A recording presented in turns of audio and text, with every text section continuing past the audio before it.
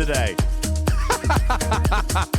5 hours? What the hell were we thinking for a first show? That was ridiculous. What? We are not kids anymore, dude. I'm just throwing that out there. My hip. I got up this morning, I could barely walk. I was like, oh boy, I'm gonna have to get myself a bar stool or something. Oh my God. Yo, Papa Smurf, I went through and I was looking for that. And I didn't have it in the library. I'm going to have to get it for next time. Yo, good evening, everybody. Got to do that very first commercial break that Twitch always makes us do when we get ready to start the show. Thank you guys for being here. And welcome in. Talking Track goes live in about 4 minutes. Hang tight.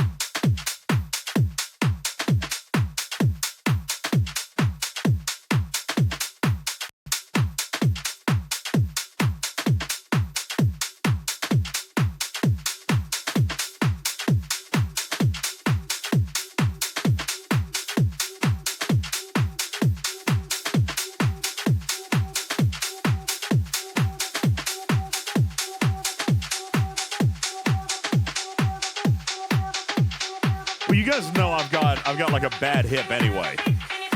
I got a bad hip anyway, and last night just dancing all over the studio and acting a fool. It was kind of ridiculous.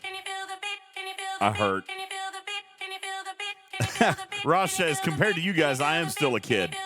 Yeah, well. All right, fine. Maybe you are. But I am too old for that.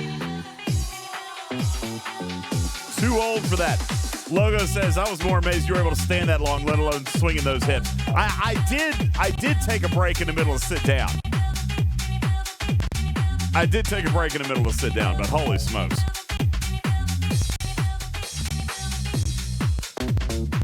I feel like am I getting audio jump? I hear audio jump. Yeah, you guys hear that? I wonder if that's just on this track. It might just be on the track. Here, let me try a different one. Here, I'll skip it forward. Oh, it's the same one. Let's try this one. Wait, what? Oh, there we go. Here, let's try this one.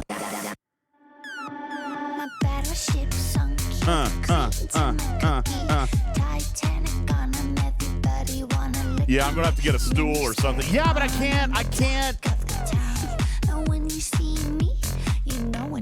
If I'm on a stool, then I can't dance. If I'm on a stool, then I can't dance. Oh, God, it hurts.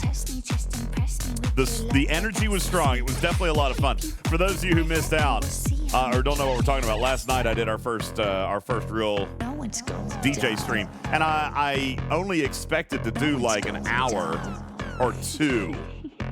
We went 5. We did 5 hours last night. That was just like an old night at the club. Like seriously, I'd start at 10 and then go till 3. Holy crap. What was my step count? Y'all didn't even check. Where do I find that? In the health app? All right, let's see what the steps were last night. It's going down. Yeah, it wasn't that much. It was only 4,891.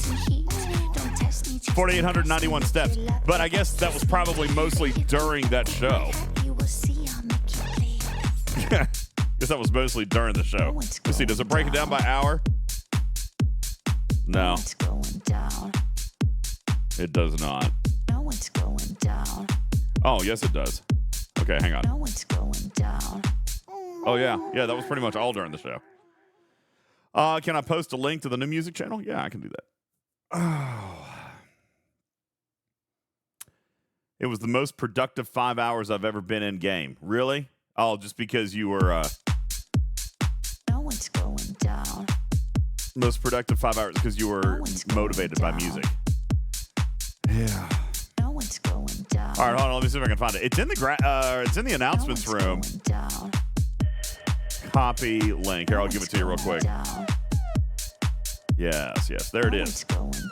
I'll pin that up for a little bit if you guys want it. It's going down. Pin message. There you go. So it'll be up there for a little bit. Yeah, event store loot's looking good. All right. You guys ready to start this shindig? Here, let me just turn that. I'm just going to turn that off. Yeah, I don't have a whole lot of high production value in me here tonight. Oh, God, my hip and my back and my hip and my back and my back and my hip. It's killing me. It's killing me.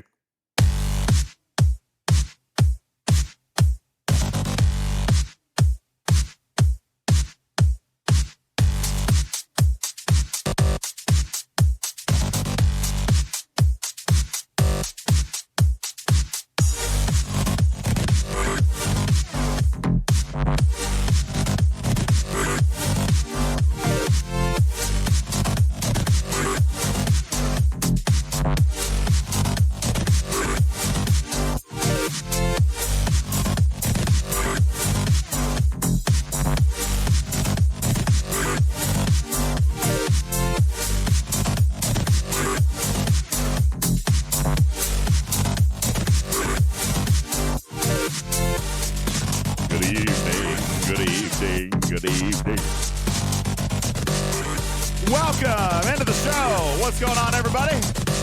Good evening. Appreciate you guys all being here. Late on a Sunday, I know. It's late, but we're going to get in. We're going to get you the information. We're going to get out. Good night's sleep. Tomorrow's a big day. Tomorrow's a big day. We've got arenas tomorrow. Yeah. Pretty excited about that. Who is excited for the latest feature that might actually work properly? I mean, I don't know. Call me crazy. Let's do a talking track. Server sound off. You guys go ahead and hit a noon whistle. Kick us off on server 29. Thank you. Straight Lorient on 9. Dragon Keeper on 53. Raj on 9 as well. Chuck's on the beta testing 187. Thank you. And Dominus Prime on 53. Snack Attack on 42. Tarpy on 70. Counselor Hef on server 20. Thank you very much. Butter My Base on 31. Vic on 40. Hunter on 28. Martok on server 8. Scaly Back from the Outback on 193. Steven Aaron on 136. Papa Smurf on 61. Jason Cash on server 13. Mosher on 181. Vic is checking in from server 40. Thank you. Herbs on 28. Benny Hills Ghost on 42. Guru also on, oh no, not 42. He's Guru number 42 on server 58. So I got it all messed up. Thank you. Appreciate that. Let's see. Silver Tap checking in. What's going on? Dave Strauss on 32. Don Zeno on 136. John Drill on 32. Sir Tail on 36. Savage Darkness on 9. Voltron on 49. Daverick on server 21. HRM Moose on 53. Ultra Vetica on server 195. What's going on, my man? Rico on 55. Wilson on 36. Razlon on 16. Oh, yeah, I know, Anarchy. Going to drop the 40 tomorrow, so knees and back already killed me. Well, beat you to it and add the hip, and then you've got something going on there. Star Trek 1702 on server 42. What's up, Ben to the Robot on 51? Thank you, Captain Q. Check it in tonight. What's up, Striker on 48. Chase is the man on 188. And the list goes on and on and on. About 48 additional messages in the Talking Trek server sound off. Good evening, everybody. Welcome into the show. Appreciate you guys all being here. Hello. Thank you. Listen, we've got. I don't want to spend a ton of time tonight. Thanks, Captain Q. Appreciate you. What you doing, man? I don't want to spend a ton of time tonight with a lot of fluff because we got things to do. And what is very, very important for us to look at tonight is the fact that we have. What is happening to the camera again? This thing drives me to drink, man. This thing drives me to drink. I should have probably rebooted the computer again. You know, I'll learn my lesson one of these days. About rebooting the computer before a show. Iron Chef, thank you for your 100 kitty bitties. Appreciate that. After Dark for the follow. Daverick on the 15-month resub. And Alicia. Captain Q, thank you guys for the kitty bitties. Snack Attack, Ram Scoop. Kirok, Console of Parker, thank you guys for the resubs. Papa Smurf with the extra kitty bitties. Appreciate that very much. Thank you guys. Good evening, everybody. So, yes, last night was a great time. Yeah? Yeah? How many people were hanging out last night? It was a good time. Let's go. Ben Sai, I saw you there for a couple minutes last night. Chronox was there. I think I saw Ultravetica hanging in the chat there a little bit. It was an absolutely crazy night. A great first show over on the new DJ's channel, Ultimate DJs Plays. It's twitch.tv. It's almost the same as what we got here. Twitch.tv /Ultimate DJs here. And then there's twitch.tv /Ultimate DJs Plays over on the music channel. And we had a blast last night. Last night was the official grand kickoff. And because it's the DJ channel, they don't allow VODs or anything. So you're just going to have to catch them live. But that was a lot of fun. That was a lot of fun. My body is paying the price today. How many of you guys out there, just raise your hand real quick, if you remember going out to the club when you were younger and then you tried to do it later in life and you realize, oh, I can't do that anymore. Wait, when you realize, yep, that's not it for me anymore. Legend of Jane says, yeah, that happened a while ago. Voltron, Silvertab, Pallion, like, yeah, I remember that realization. Like, I can't do that anymore. I hurt all over tonight.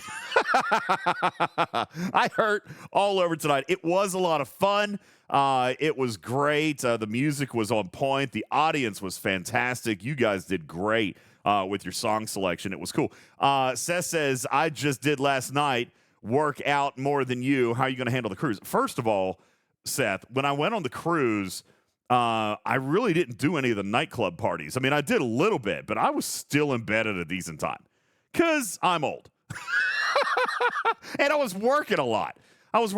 So, Seth, first of all, okay, I mean, a lot of what was happening on the ship was over by midnight, okay, because it's an old person cruise. Listen, don't get it twisted. The Star Trek cruise, it's an old person cruise, okay? I'm just here to tell you, sorry if you're expecting anything differently. The boat will be closed down by midnight. All right? I'm just kidding. That's actually not true. There was a whole section of the boat that was just pumping all night. And I was like, yep, I'm going to be on the opposite side of the boat. Thumbelina says, no, it's never over. 24 hours. I know, Thumbelina. I'm just trying I'm trying to make sure the Seth doesn't drag me out to that part of the boat at any point this week or that week at all. Yeah, I'm way too old for that garbage. All right, way too old for that. Anyway, it was a ton of fun last night on the show, and you know what? I wish I know it's late today because I had to recover. Wait, what? What? The camera's tracking movement? What the hell is that? That's kind of cool. Well, that's why.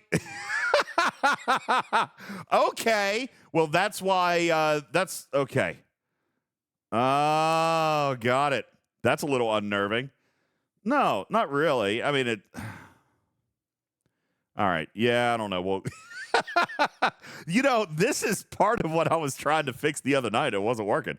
That's kind of crazy. All right. Well, we'll just go with that there. Yeah, I can't. I'm sorry. I can't have that. I just can't. Oh my God, what just happened? No, just okay. Jiminy Christmas. I need to start over and I need a drink. Good evening, everybody. Appreciate you guys all being here. Welcome into the show. This is Talking Trek Live, Star Trek Fleet Command's official podcast. And Captain Bull says, professional streamer that doesn't know how his own equipment works. Yeah, because I keep getting the new stuff, like cutting edge stuff, and then it comes with these things, and I don't know how they all work. It's a little creepy sometimes. It might be. I can't even, like, my Stream Deck is not working with the camera thing. It's supposed to be, but it's not. Oh, there it goes. Hey, there we go. All right. So no, it just stopped working again. All right, I'm gonna have to fix this later. Anyway, bring the cat back. I probably should, but I can't ever do it on podcast because there's nothing else going on the screen and stuff. Anyway, listen, I know no time for fluff tonight. So after the 20 minutes of fluff, we're gonna get into the stuff. All right. The camera would get a workout on DJ's plays tonight. Yeah, Sir Tail. It was a lot of it was fun last night. I hope that you guys will all come and check it out at some point. And I hope that maybe at some point somehow Twitch will allow VODs on that channel because that was a lot of fun. Just real quick, I have to just ask the question because I have fielded this question over the last couple of years. Captain Bull, some people have asked if I'm a real DJ. Some people have actually asked me that. Are you a real DJ or you just have a screen name that you're a DJ? Well, I mean, I think I kind of put it to rest last night. Now, granted, I'm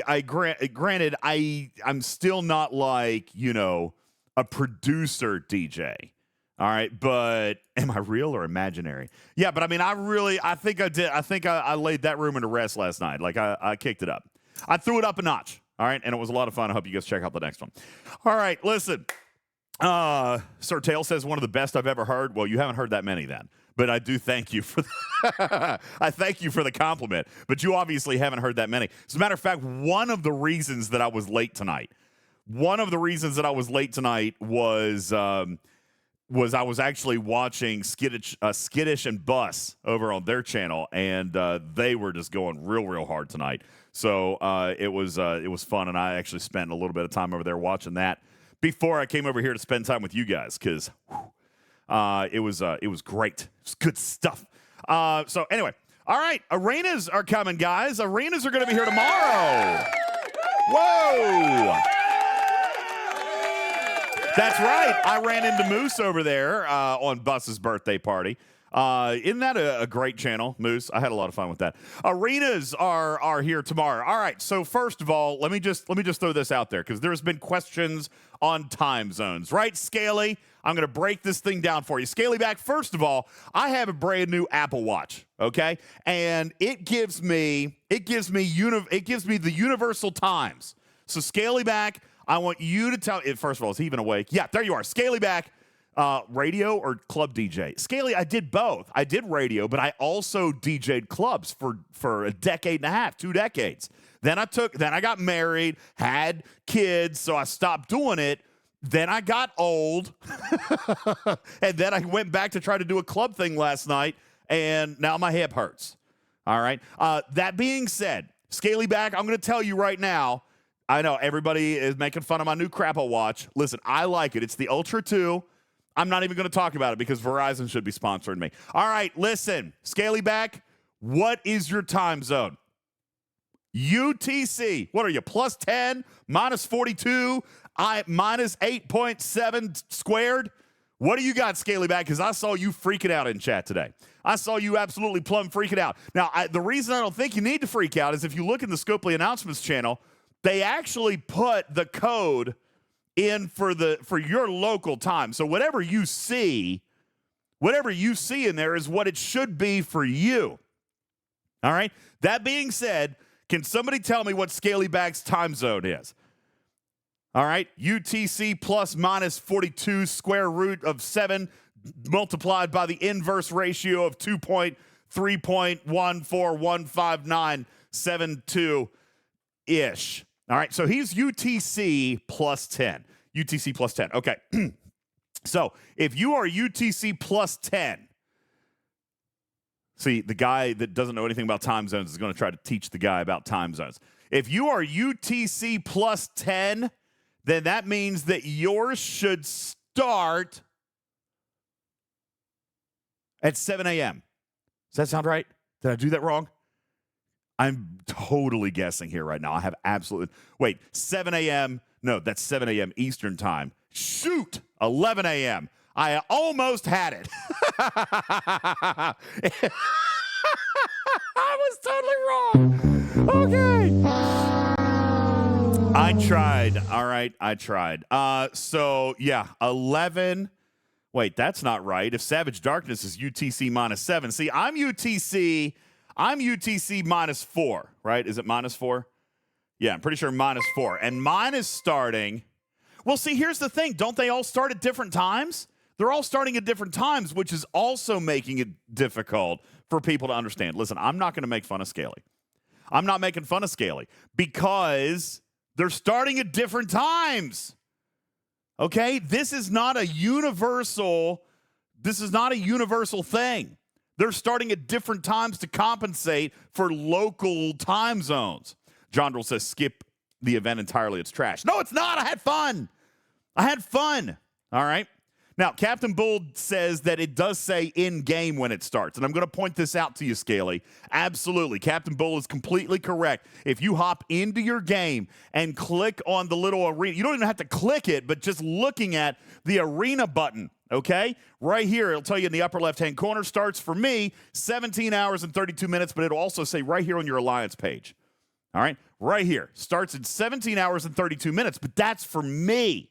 Okay? It's going to be different for you guys.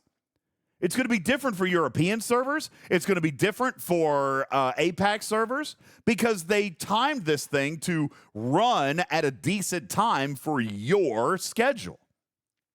All right? So for me, mine starts in 17 and a half hours. But if I'm looking at this announcement, I am going to say, Scalyback, that yours is actually going to start 10 hours later? No, 10 hours before. Holy cow, is yours getting ready to start? Is yours literally getting ready to start? It's going to start in just a few hours? Am I doing this right? Yeah, Ultravetica, I know, crazy. I don't understand time zones either. So hang on. If mine starts in 17 and a half hours, his is supposed to start 10 hours 14 hours prior to mine. So does that mean his starts in 3.5 hours? Look at that! I did math!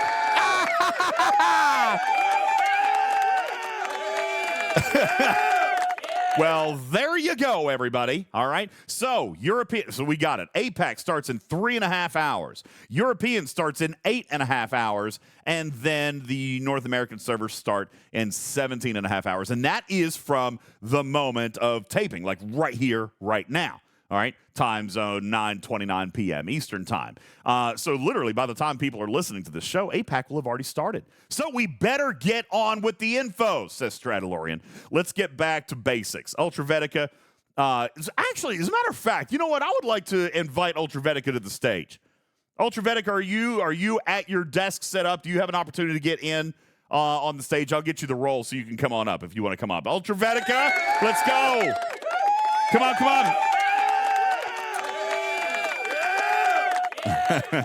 This is very impromptu. Didn't plan that at all.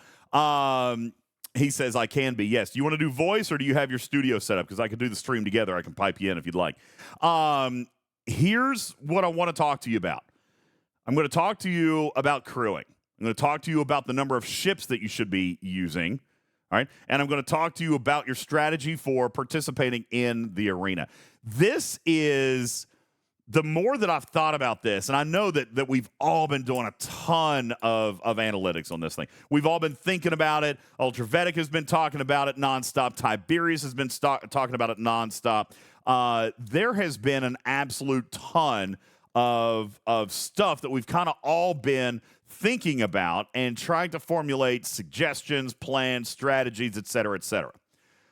And with that comes some of these hypotheses that we're going to make that we're hoping is going to work for a predominantly large number of players. I have been giving this a lot of thought. You know how on the first day, Stewie and I were talking about, we had to come up with a bunch of PvP crews. And then I saw this today on Tiberius' stream. Somebody was asking about, I need 8 PvP crews. And I kind of got to thinking about that, and I'm like, oh, man. I am probably partially responsible for that, but I don't think that you need 8 PvP crews. As a matter of fact, I know you don't. All right. I absolutely know that you don't. As a matter of fact, I have decided then I'm probably just going to load 2. Now, I saw Trash Keeper throwing this in stream the other day. If it takes more than 2 or 3 ship slots, I'm not going to do it. Well, I can get behind that. You know, when I look at territory capture, for example, when I do territory capture, it drives me nuts that I have to change all of my crews and my ships. I absolutely hate that, to be honest with you. During incursions, I hate changing everything because then you got to put everything back when it's done. And most of us probably don't have enough presets to do that. So I was thinking about this, and I think I actually kind of agree with Trash Keeper. I could load up 8 crews, but I'm probably not going to. All right, so what I think I'm going to do, Sanguine Hunter says, you don't just drop ships in TC without changing anything? No, I don't, because sometimes people still come and fight. So what I was thinking about, and I see Tarpy kind of going with this, and I see Trash Keeper kind of talking about this as well. I think I'm going to change mine up a little bit, and this is where I would love to bounce some ideas off of Ultra. Get him in the chat, because I know he's been thinking about this a lot too, and what I believe I'm going to do. So I'm going to give you my layout, and then I'm going to see how you guys kind of think about it, because obviously on the day of the beta test, Stewie and I were loading up a ton of PvP crews, and I'm just thinking, man, that's a lot of work. I think I'm going to load 2. I'm going to load 2 PvP crews, and I'm going to load 2 speed crews. That's it. And maybe not even 2 speed crews. I mean, maybe, but probably 1, probably 2. All right, here's the deal. Magu says you don't want to use weak ships anyway. If you can't kill 2 to 3 hostiles with the off ships, you're giving your opponent points for being killed. Yeah, nobody's going to struggle with those hostiles though. All right, no one's gonna struggle with the hostiles. Vedika, if you go over in Discord, I gave you access to basically like bring yourself up on stage. Or if you want to raise your hand, you can raise your hand and I'll bring you up. But I gave you the role to bring yourself up. Yeah, see you here. Okay, I'll hit the button. There you go. You've got it, and it should pop you up here. Ladies and gentlemen, Ultra Vedika is on the stage. What's up, my man? You're muted.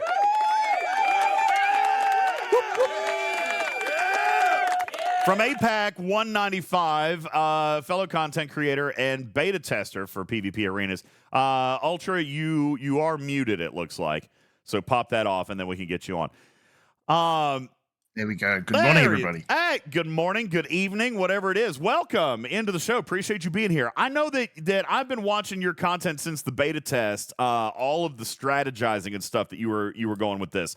I know originally we were kind of talking about all the crews that we could come up with, all the stuff that we could bring back from the dead, so to speak, when it came to PvP. I'm kind of reconsidering that position. Ultra, I'd like to know what you're thinking for your APAC live arena show that's getting ready to start here in about 3.5 hours. What are you going to be flying in there with?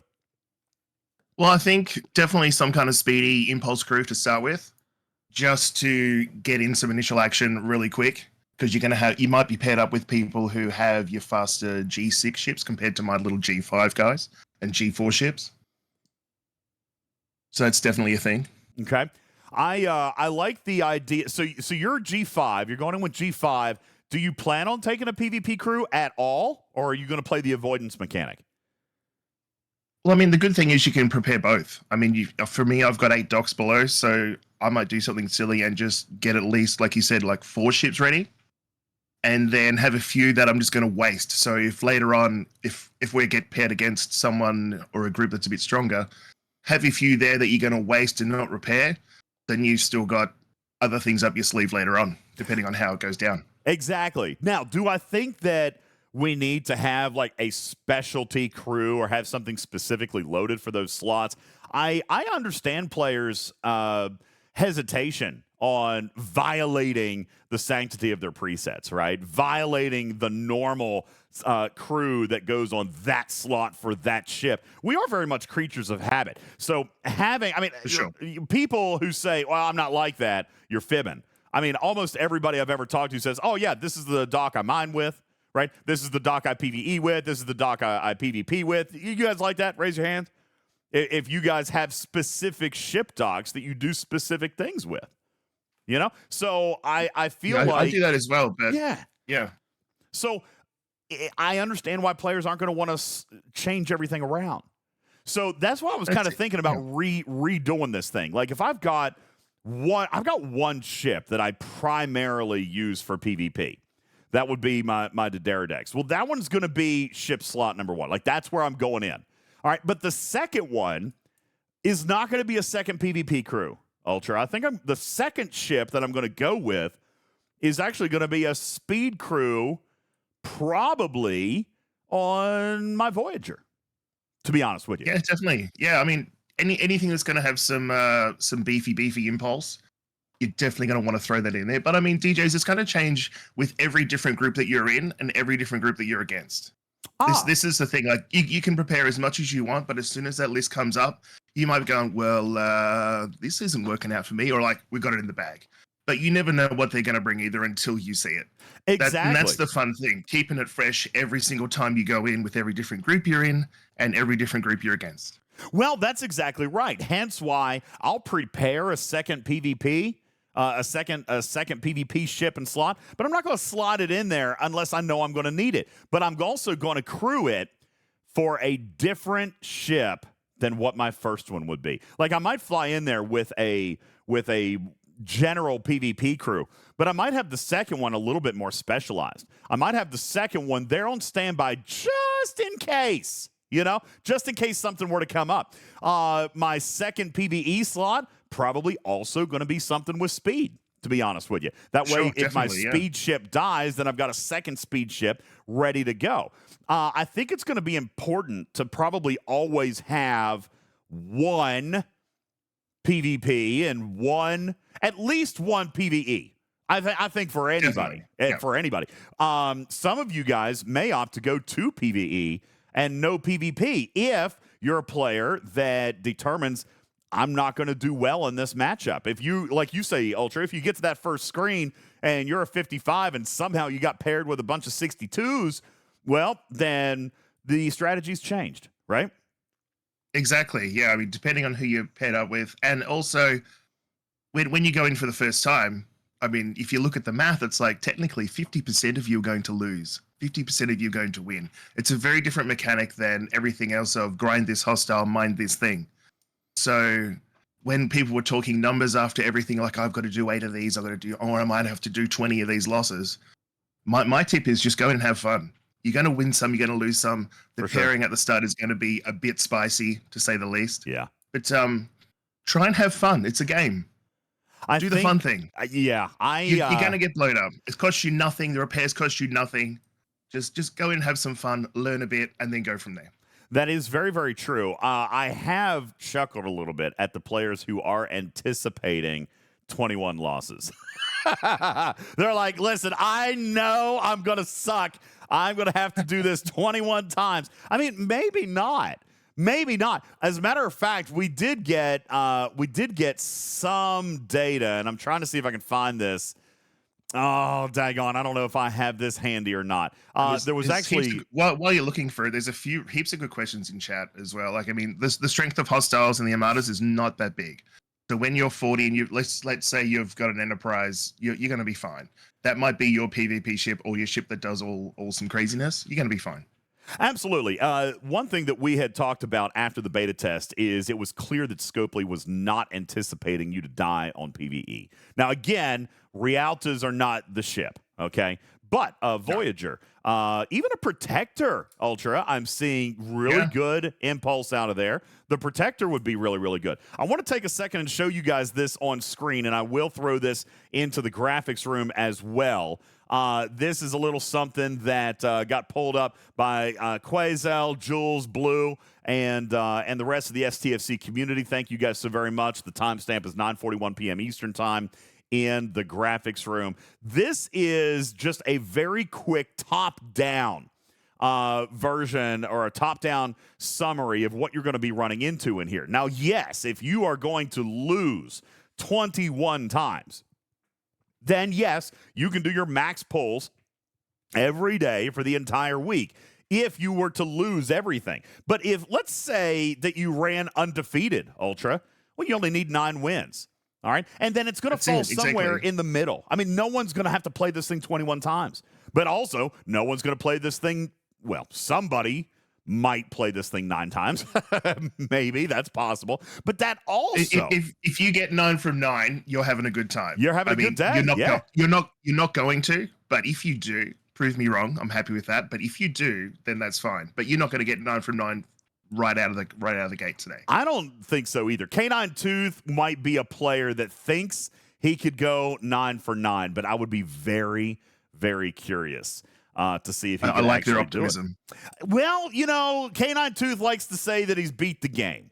He likes to say I'm up 70 with 28 of the biggest ships, and he could. All right, he might.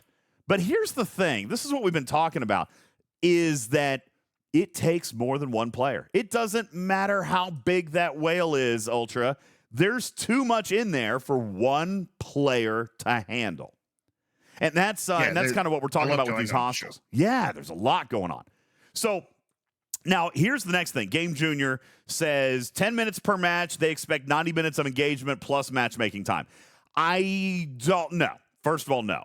All right. It could take even more. But Ultra, we also observed the other day that I don't know. What do you think? Half and half that it'll actually go the full 10 minutes?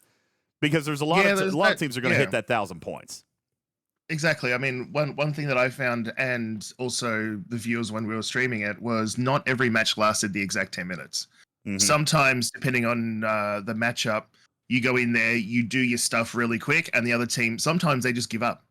They're like, yeah, no, we're taking the loss on this one. Yeah. And it might be 2-3 minutes and you're done because you got that 1,000 points first. Or you might get a really fair matchup. Strategies are working for everybody and it's a struggle. And it's whoever's got the most points wins after 10 minutes. So right. it might be the best 10 minutes of your life. You're like, no, wham, bam, I'm done. That's or true. A bit in between. Mimi points out that Plugster was 4 for 6 on timing out, and it was also the very first day. There was some disorganization. There was some trying to understand the mechanics. Points table? We didn't even have a points table on Thursday. Yeah, that's right. We didn't even know what was going on. So his points? Yeah. Wait, what's the actual objective? We had no idea that day, which is why we had the beta test out there, okay? Which, again, was a very, very good thing. You guys are actually going to play in this better. Even APAC is going to play in this better here in a little over 3 hours than they did the first go-around because there's been a practice run. Now, I want to point this out. This is obviously for max engagement too, Ultra. I heard Tibbs talking about this earlier today, and I thought it was a really, really fair point to point out. Nobody needs or has to do max pulls for an entire week. For example, just a second ago, we saw this in the chat. Does that mean that they expect 90 minutes of engagement plus matchmaking? No. It's a stretch. It's the stretch goal. That's for max pulls.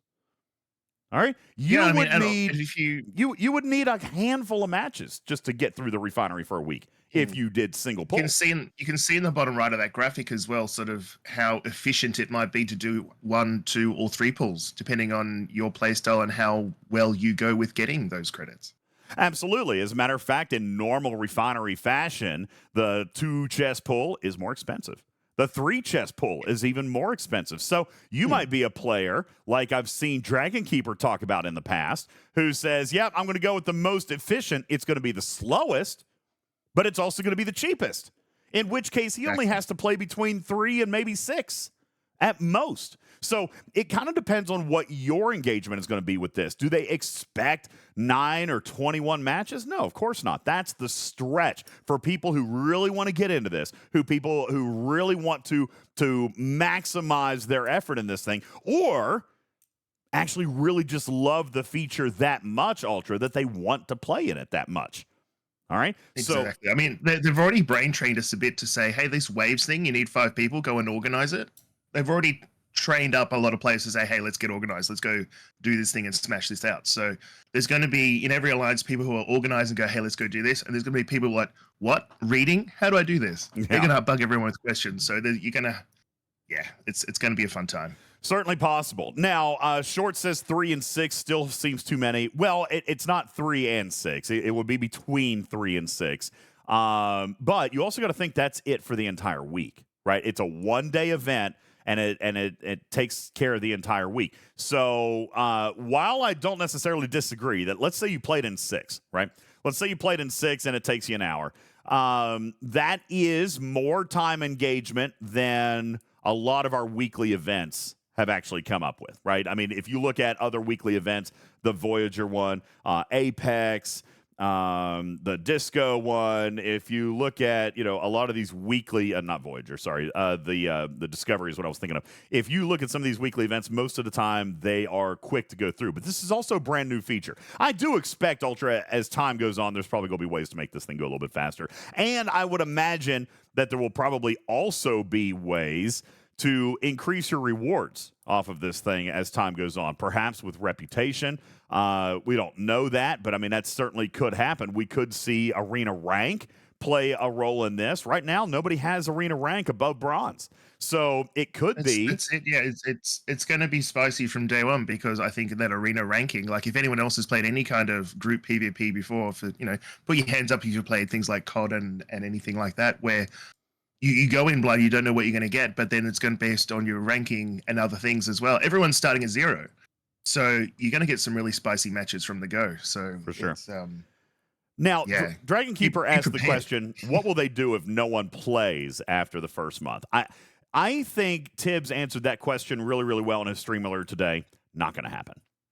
Because it is a once weekly thing, people will have that anticipation and people will engage on that one day. Are they going to engage all day? No, probably not. But the matchmaking, you got to think, this is not on your server. This is the entire galaxy.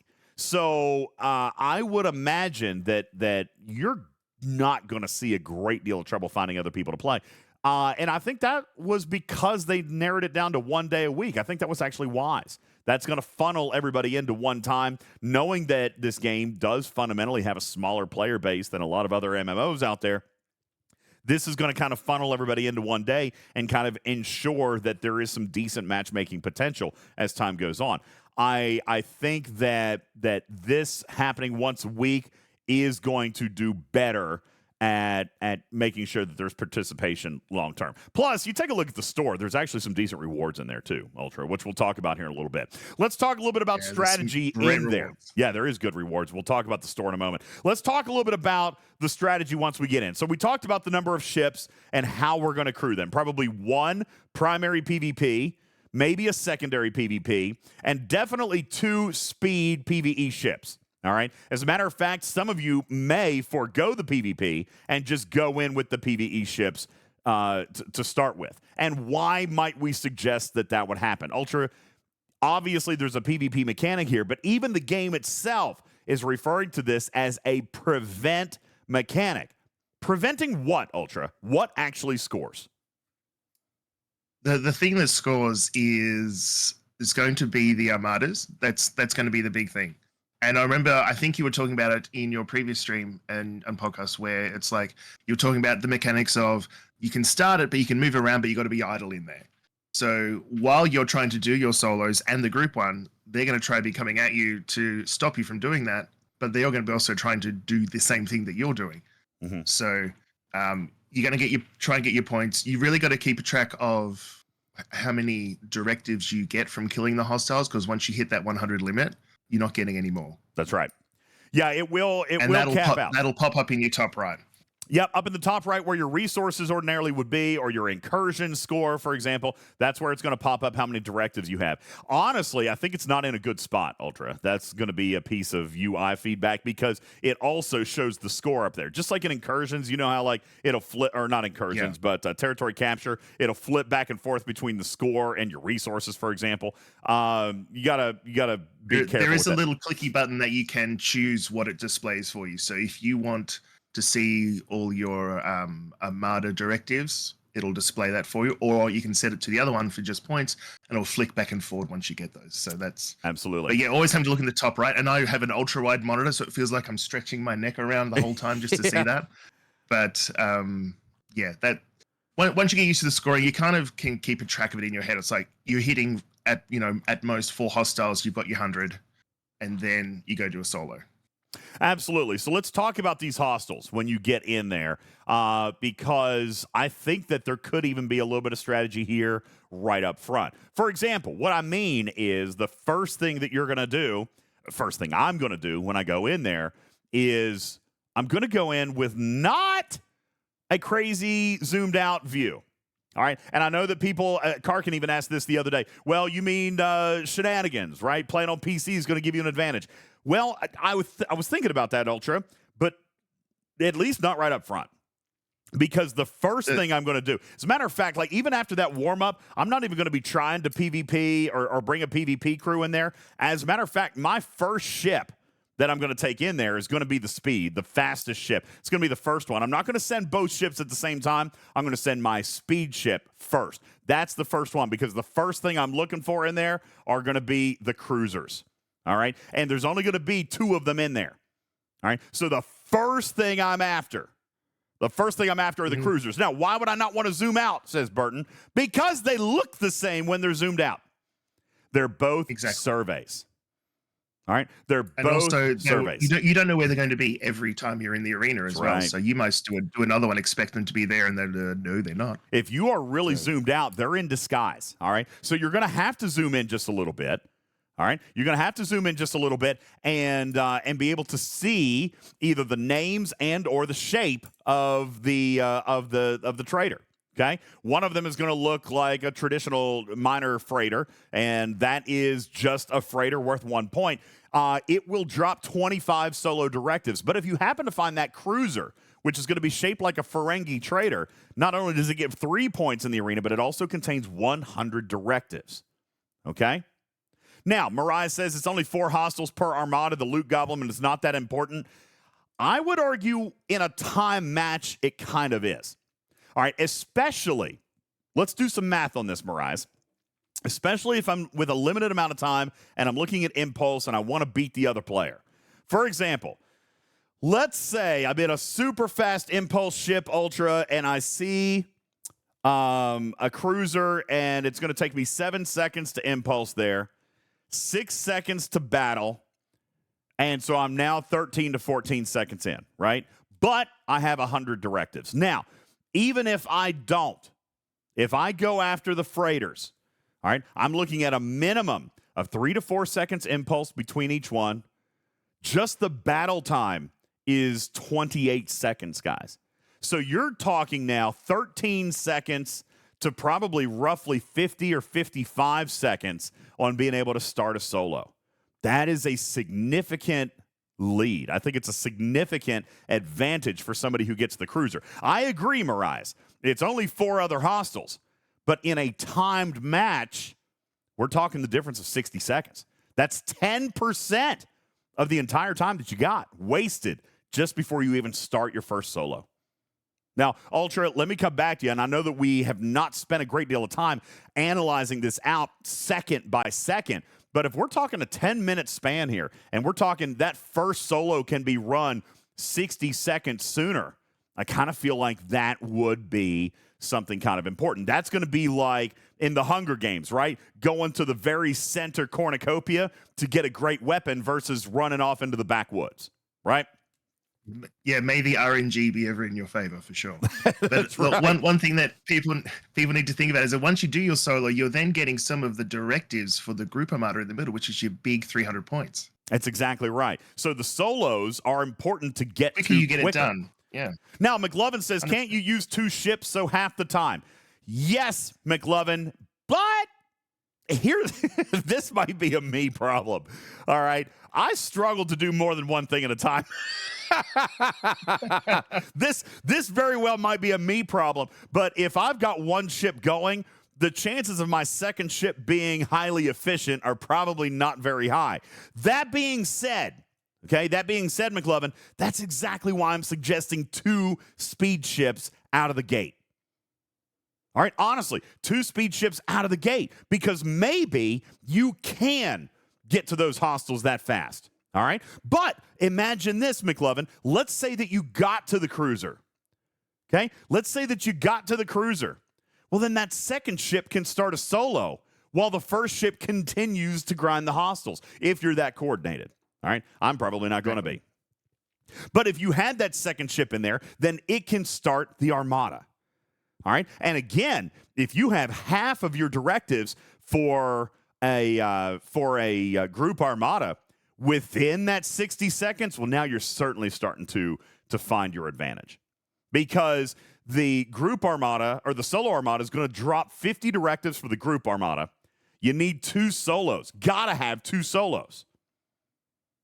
Now, somebody asked here a moment ago, Ultra, what is so important about the group armada? Right here is part of the PvP strategy that I wanted to talk about tonight. I saw somebody in chat say a moment ago, well, why wouldn't you go in with a PvP ship first? I'm going to go in and I'm going to clear everybody out. Yes, you could. You could, but you're costing yourself directives, right? Me personally, I'm probably going to save my PvP for armada prevention. As a matter of fact, like if I see a ship floating around in space, or if I see a ship grinding hostiles, me personally, I don't care. Because grinding hostiles isn't going to win that match. It's the armadas that are going to win the match. So my PvP ship is going to be focused on armada prevention. All right? Now, a couple of questions I see very quickly, Ultra, and then I'm going to come back to you for your reaction on that strategy. Elros asks, what are the countdowns? On solos, they are 30 seconds. All right, of which your last 10 seconds are immortal, and we're going to talk about that strategy in a moment. The group armadas are 90 seconds, of which your last 10 seconds you have protection. So you're having to protect that armada 20 seconds on the solo, 80 seconds on the group. That's why I'm saying I think that's where I'm going to focus my PvP, Ultra, because that's where people are going to be the most vulnerable. Once they start that armada, that is when I can strike, because they're going to want to stay close to their target. And no, Magoo, armada speed-ups do not work. So they have to hold the line for that 20 seconds on a solo. They have to hold the line for 80 seconds on a group. Have to, because you only have that protection for the last 10 seconds. Silvertap says, are the armadas big? No, you do not. As a matter of fact, Ultra, what do you think? A Voyager with a PvE crew would be able to solo this armada, don't you think? Exactly, yeah. I think it's designed so that even when your Ops 40 guys come into it, that they're going to be able to do things. The idea of the big armadas, like you mentioned, the group one, is to definitely protect the person that starts it. As long as they're in there idle at the end, you're getting the points. So you might find that, like yourself, DJs, you're saying you're going to have some PvP crews. That's what you want to do. Is you want to make sure you get the points and the other guys don't. So one way is to stop them from either winning their armadas or to protect the guy that starts the group. Exactly. So that you get points. These armadas were not designed by Scopely to take you out. The PvP is going to take you out. What they wanted was the strategy at getting the armada off. All right? The armada itself is not going to kill you. It comes down to finishing the armada, finishing the task. The hostiles, you don't need Pike Moreau Chen, guys. You need speed. The armadas, you don't need an armada crew. You don't need Chakotay and 7 of 9 and J1. You don't need isolated damage. You need speed. There is no cloaking. Old school Mbenga would on the as captain only would still beat it. You got it. Magoo asks a great question. If 2 players are in the group Armada, will the team get 600 points? No. It is an Armada kill. 300 points for success. That's it. That's why it doesn't matter how many people are in the circle. It doesn't matter who's joined. It's why what we've been teaching is protect the crown. Protect the king. Whoever your starter is, he now has your full and undivided attention. You guys protect that circle because his win is your win. His points are your points. Their score is your score. Okay? Her Armada is your Armada. It does not matter how many people are in that circle. You must protect. So, speed.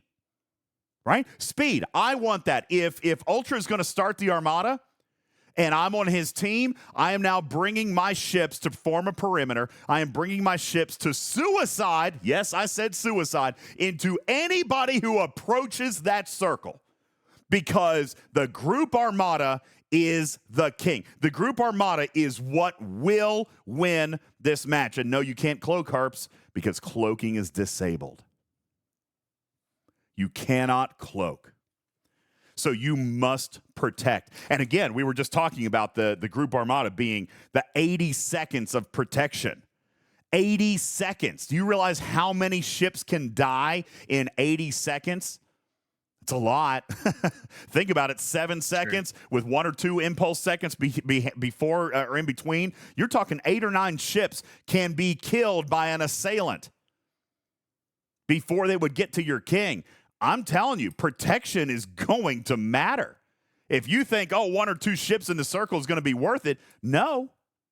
That's right. Mariah says all 8 docks worth could die in 80 seconds. Absolutely, which is why you need the team mechanic here. There has to be a strategy and an understanding with your team that if anybody gets a group Armada started, that becomes the number 1 priority. No matter what, Ultra, if you're looking at your screen and you see a group Armada with your tag on it, you drop everything and you protect. 100%.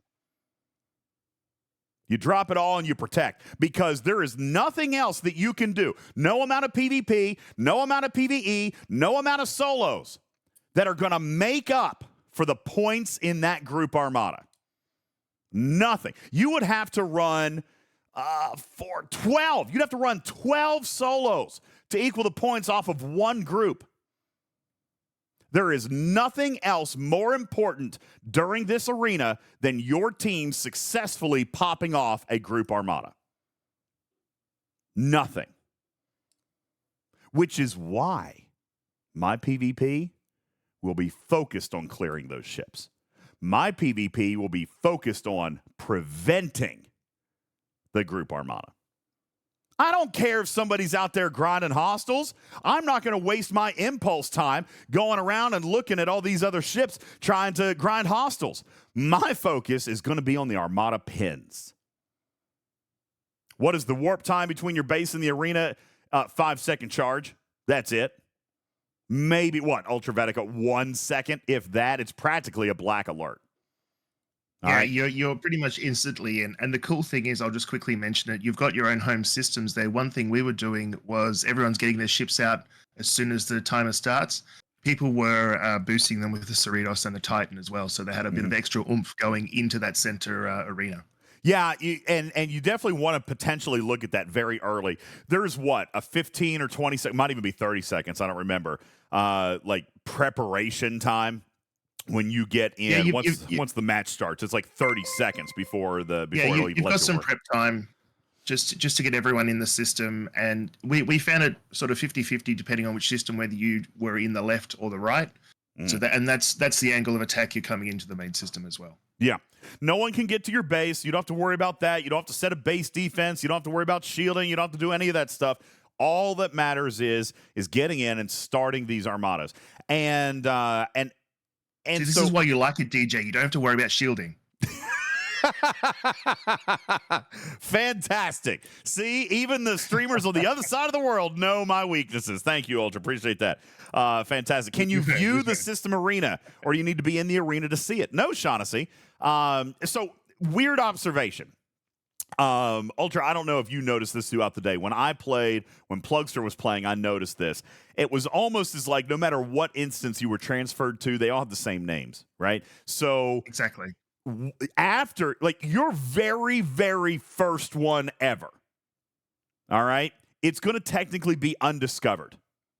Okay? It's going to be undiscovered, so you're not going to be able to peek in there. As soon as you put a ship in there for the very first time ever, literally first time ever, then you will no longer have that problem because it is not a Fog of War system. So that means on your second match, even, Ultra, I can look in that middle system during the warm-up period, for example. And why might I want to do that? Why might I want to do that?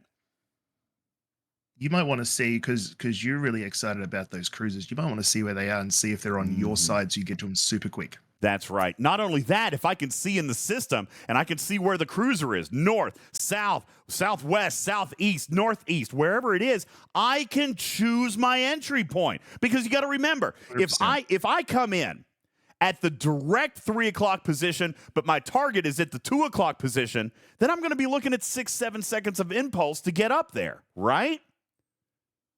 But if I come in at the 2 o'clock position, I'm on my target. You see what I'm saying? Like, you cannot forget, this is an age-old mechanic because nobody Ops 40 plus remembers what it's like to choose your entry point. It doesn't happen in this game anymore, Ultra, because everything has Fog of War. True. So if I can actually choose my entry point, I am also increasing my odds at the Loot Goblin and decreasing my impulse.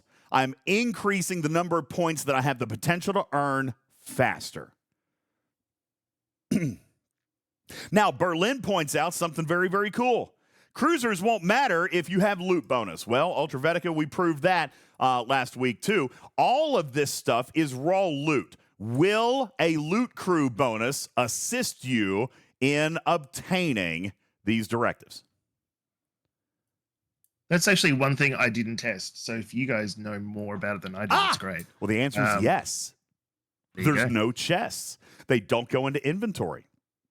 All right. Loot crew will, in fact, score you more because the directives are raw loot. So thank you for this, Berlin Wall. Cruisers won't matter if you have 300+% loot gain. Well, now that's tough to get. Just throwing that out there. Okay, you can get 100 off 5 of 11. I think you can only get, 30 off of the Doctor? I mean, can you actually do 30% loot gain or 300% loot gain? Someone would have to try to get close. You might have your pylum. If you've got your pylum and you want to do that because of the ability on the ship, sure, that's probably the one to go to because of its little bit of a speedy bonus because it's an interceptor. Interesting. So Max Pylum has an opportunity to do that. Tolra has a loot bonus. Yes. The Monavine loot bonus, I don't think will work, will it? I don't think so. All right. Raj points out 100% with Data and 100% Picard with 100% with Data and Picard, 100% with 5. Yeah, but you're still 100% short there.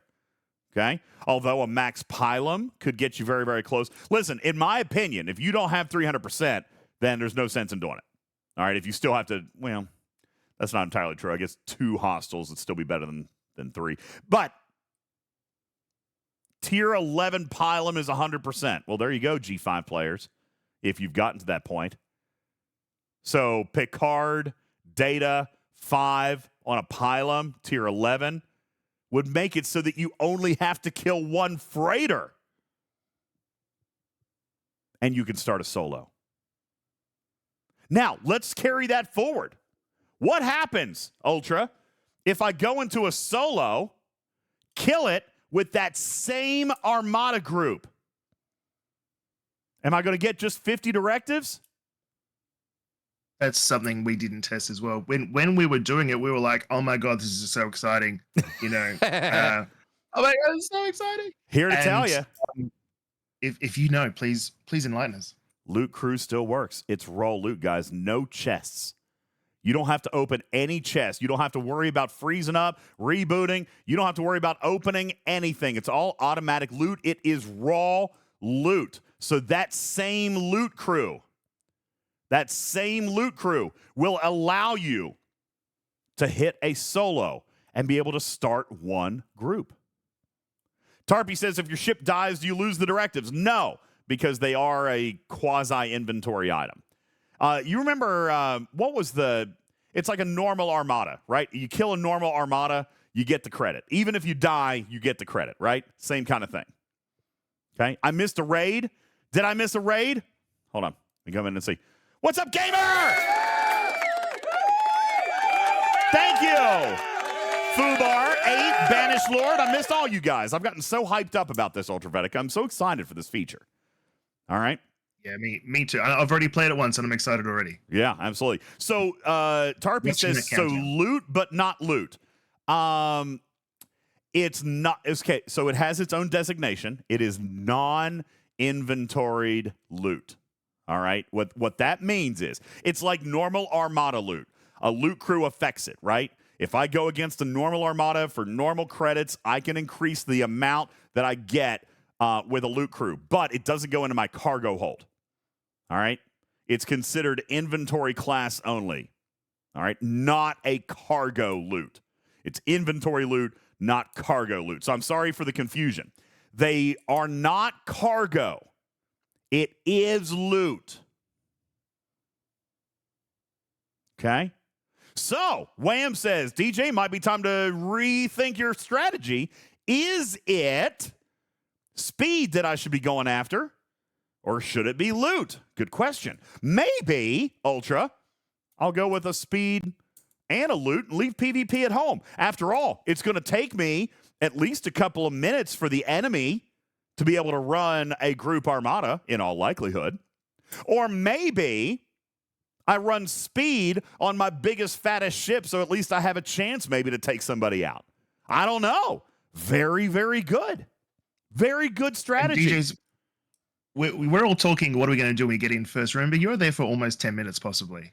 Your ships and your needs are going to change as the points and game evolves in that time. For sure.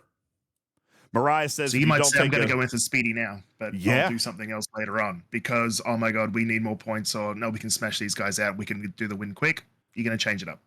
That's absolutely true. It may also be, guys, that there's actual strategy and communication with your team. Maybe I go in as the PvP brute master who just tries to protect team, and I'm going to count on players like Karkin. I'm going to count on the little guys with their speed crews to get the directives and run the solos and run the groups, and I just run protection.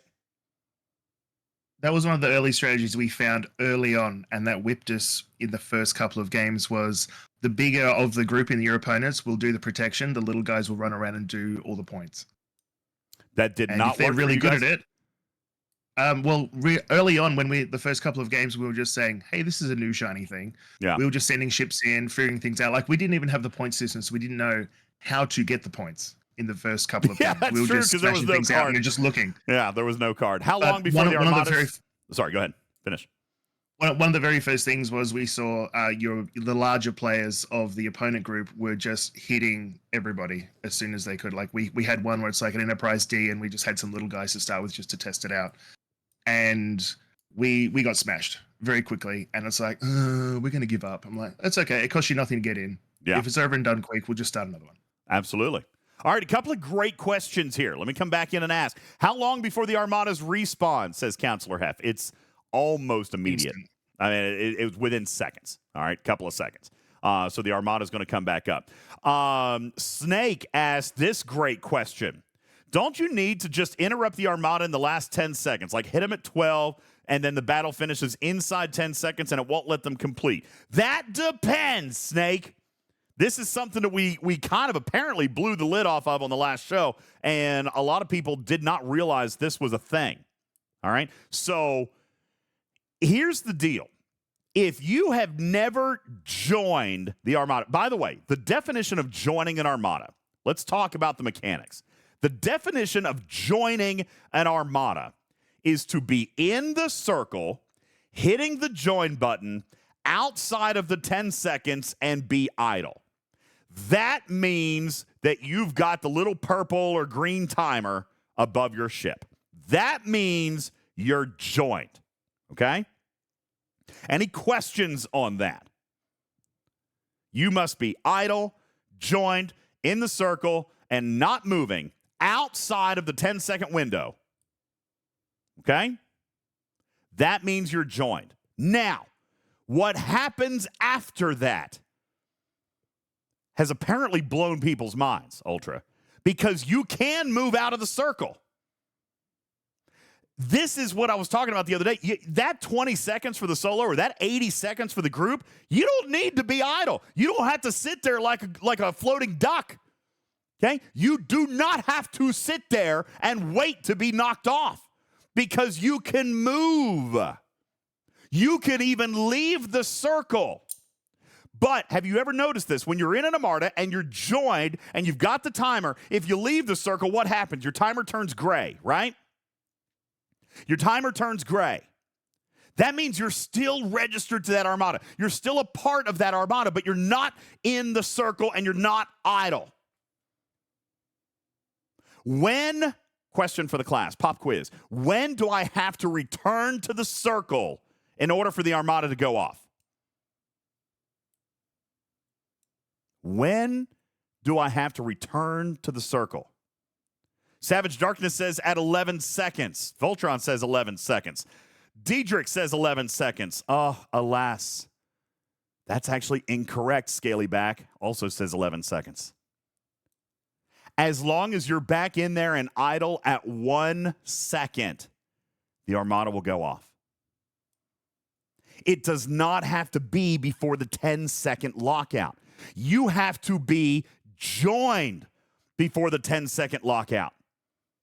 And again, what is the definition of join? You have to be joined before the 10-second lockout. After that, you can move around and be back as long as you are idle. You must be idle. All right? That's right, Destros, before the timer expires. Now, you can't trust time with the lag, so I wouldn't say 1 second. I'd probably say 2 or 3, right? Right? With lag, let's say 2 or 3 seconds.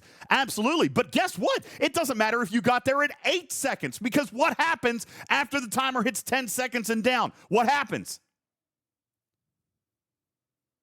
You can't be attacked. So if I'm running around and I see the timer, it's at 14 seconds and I'm 5 seconds away from it, I am going to go ahead and head back to the circle. Now, just as because people are going to ask about this and they're going to say, oh, I got attacked in the circle. If you are still moving, even though you're in the circle, you are still able to be attacked. You must be idle for the protection to take over.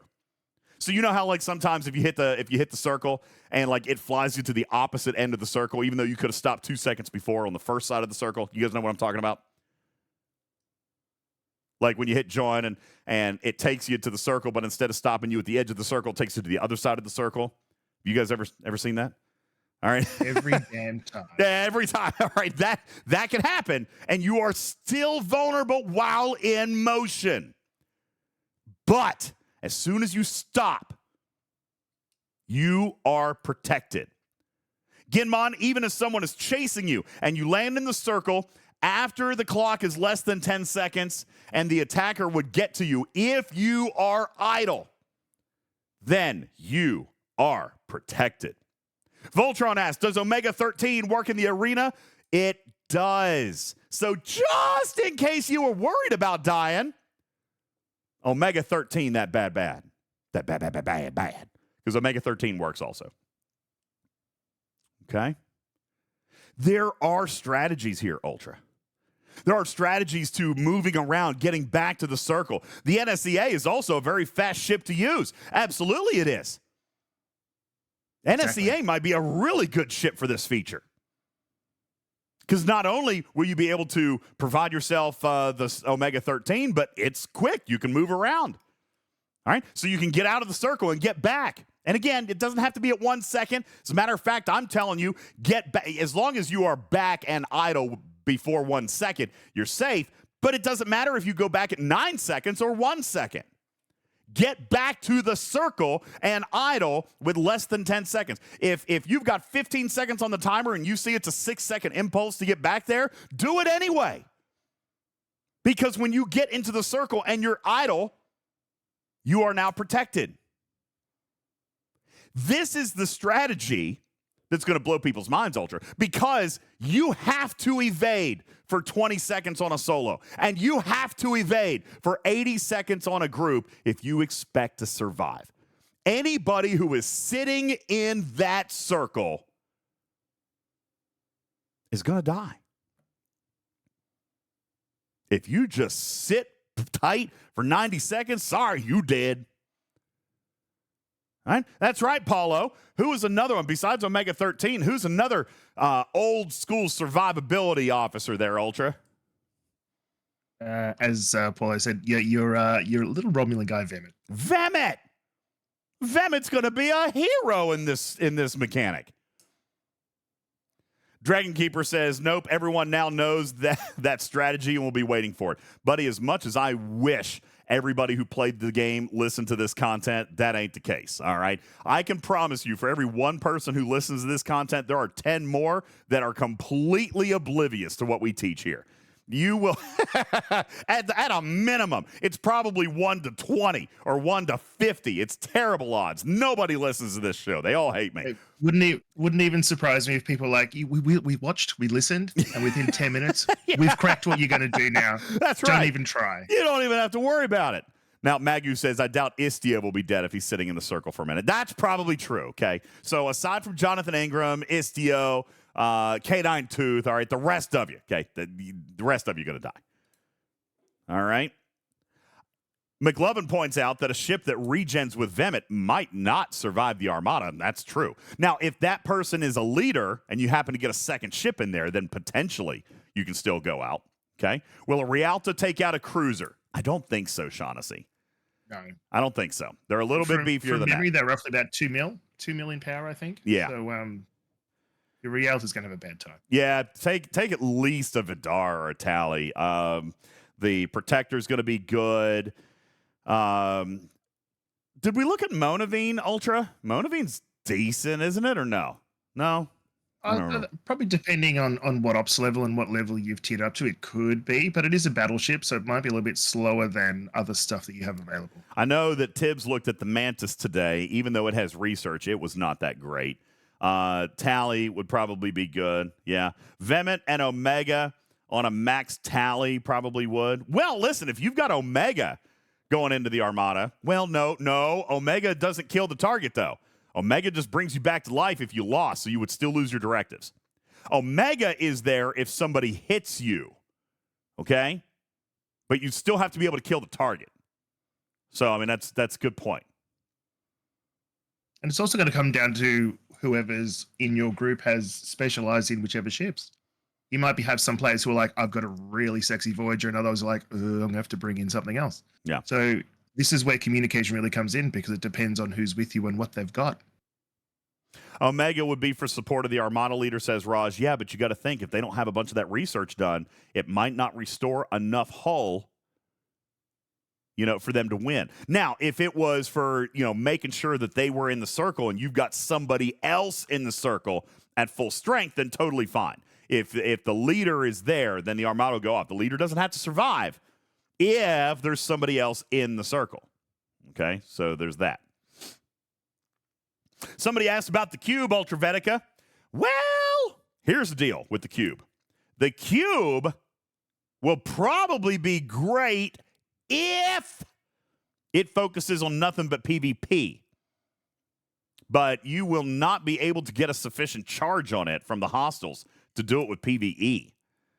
All right, Sir Tail says the cube is too slow, and I don't necessarily disagree. It depends. If you get some good high-level PvP with it and you can get it charged, then cool. But other than that, that's the only way to charge it. All right, is going to be on big ship PvP. And not only that, but if you got a bunch of people rolling around there in Tallies and Voyagers and Protectors, that may not be enough to charge it at all. I don't know if the cube's going to work here. I don't know if you're going to get enough charge on it. It could make for a good distraction potentially, maybe, but it's also not a very fast ship. Tarpy says, will the cube have the same tracking problems as waves? Because that wouldn't help either. Isn't that usually when you're trying to use Kirshara, though? I've always chalked that up to Kirshara. Is it not? Is that just the thing with the cube, not Kirshara? I don't know. Yeah, so. Paulo points out some very simple math. Armada's 300 points, but killing 30 players would still only equal 150 points. Truth. That's what I'm saying. The Armada is the kingpin. That's where you got to go. That's Sam why also it's mentioned the priority. strength of everything in there as well. So you can see by the numbers, it's not designed to kill you out there. The PvP will kill you. Correct. Not the items in there. Yeah, absolutely correct. I don't think I have power on the hostiles, but they were all, like, even the Armadas, everything was level 40. Even players who were going in with, like, big accounts, they were all level 40 everything. So, do exocomps work? I mean, for what? Yes, they would, but it depends on what you're wanting to do. If you're wanting to do a PvP exocomp, sure. Absolutely. Do PvP exocomps. That'll help you. All right, you could do Armada exocomps, but that's probably not necessary. But yeah, PvP, sure. Do it. Impulse Exo? Sure. Run it. Yes, Exos will function. Is there a repair speed Exo? Unfortunately not. Nope, all the repairs are overridden to 2 minutes. And the only speed ups you're going to get are going to come in that store where you're going to be able to buy the instant repair speed ups. Okay. There you go. Steven Zarin points out that they even told us right in the event, or right in the game, that the whole point is to kill the Armadas. Actually, not exactly, Steven Zarin. You're very, very close. You know what it says the point is? The point is actually to prevent the other team from defeating the Armadas. That's the objective. You can, okay, we're both right. It does say earn points from destroying high-value Armada targets, but the point is to prevent the other team from defeating the Armadas. Scalyback says, offense versus defense, first to 1,000 points. Yes, yes, yes. But can you imagine what setting them behind 300 points will do to their progress towards 1,000 points? I mean, Ultra, if you're able to, if it's like in a game of American football, probably even European football as well. If you strike first, you got a really good chance at coming back. You know what I'm saying? You got a really good chance at you're on the board first. Not only is it a motivational Ask thing. the Australian guy about American football. That's great content. Well, that's why I brought in the soccer kind as well. Listen, you get on the board. There's a push there. You got the tide of sentiment. You've got all that adrenaline running. You're on the board. Exactly. As soon if they're on the board first, you're going to see that points and like, oh, come on, guys, come on, gals, let's get in there and either stop them or let's put a nail in the coffin. You'll figure something out on the fly. Exactly. Let's put a nail in the coffin. Let's put this thing to bed. All right, but man, you get your first Armada schwacked, and you're like, oh snap. All right, oh snap. Ham says it's not the first to 1,000 points. You need to be 1,000 points above the other team. No, I don't think that's correct, Ham. No. It is the first. It is the first to 1,000. We were able to prove that a couple times too. It is the first to 1,000. But yeah, if you get there, and you start up that group Armada, and you go and you die, done. Now, Ham, what you saw, I saw this too. You're referring to the fact that the final score was over 1,000. All right, that's because what they did, they had like 800 and some points when they got that group Armada. They scored 300 points. It does not have to be 1,000 more than the other team. Okay? It has to be the first to 1,000, but it'll still count the points for whatever it was that you finished that put you over the threshold. Okay. So, yeah, it is the first to 1,000, but your final score could be more than 1,000 if you did a group Armada, for example. Are there more than one Armada available at a time? Yes, Strider. I think, what did we see, Ultra? 2 solos and There 2 were- groups at all times, right? Is that what it was? I think there were four solos. It's kind of like a dice 6 layout where you've got Okay. 2 solos either side, and I think it was 2 groups in the middle. Okay, so 2 solos on each side and 2 groups in the middle. That sounds right. Yep. Sounds right. I remembered seeing 4 for sure, and 6 makes sense. There you go. The spatial rip work. May have been 1 group or 2. I can't remember. It's still a bit of a blur. Yeah. Spatial rip does not work. Okay? I see you. Sorry, Wrestling. I see you. Spatial rip does not work, nor does summoning, nor does cloaking. All right? None of that will work. Okay? You can't jump. You can't summon. You can't cloak. You can't use any wormhole abilities. Nothing like that. The only thing that'll work in there would be supports, fortifications, Cerritos.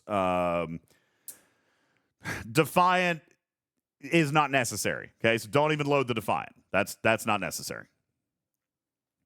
Okay, because the Defiant is only for our group armadas or solo armada, but you're not going to need it. They're not strong. Okay, Mantis, that would be good. Stings work, yes.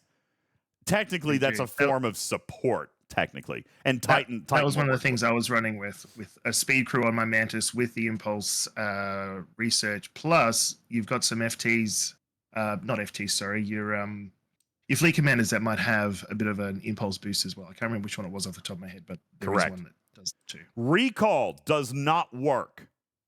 You cannot cloak and you cannot recall. The only way back to your base is to die.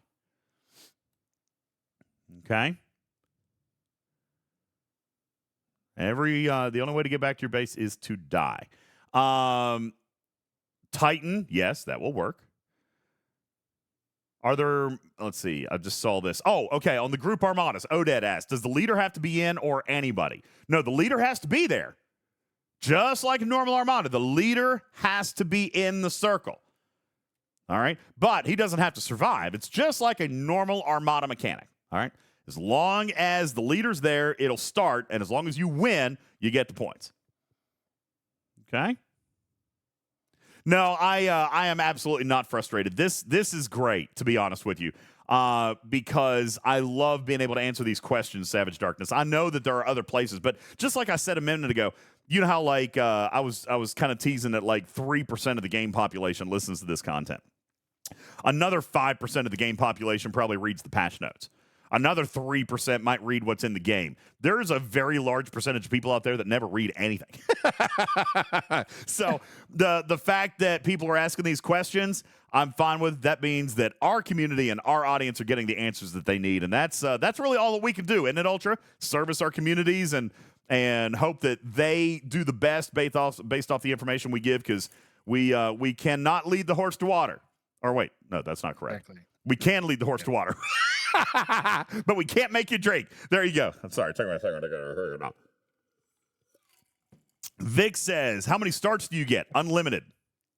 There is no currency for entering an arena, which, by the way, was very pleasantly surprising to me, Ultra.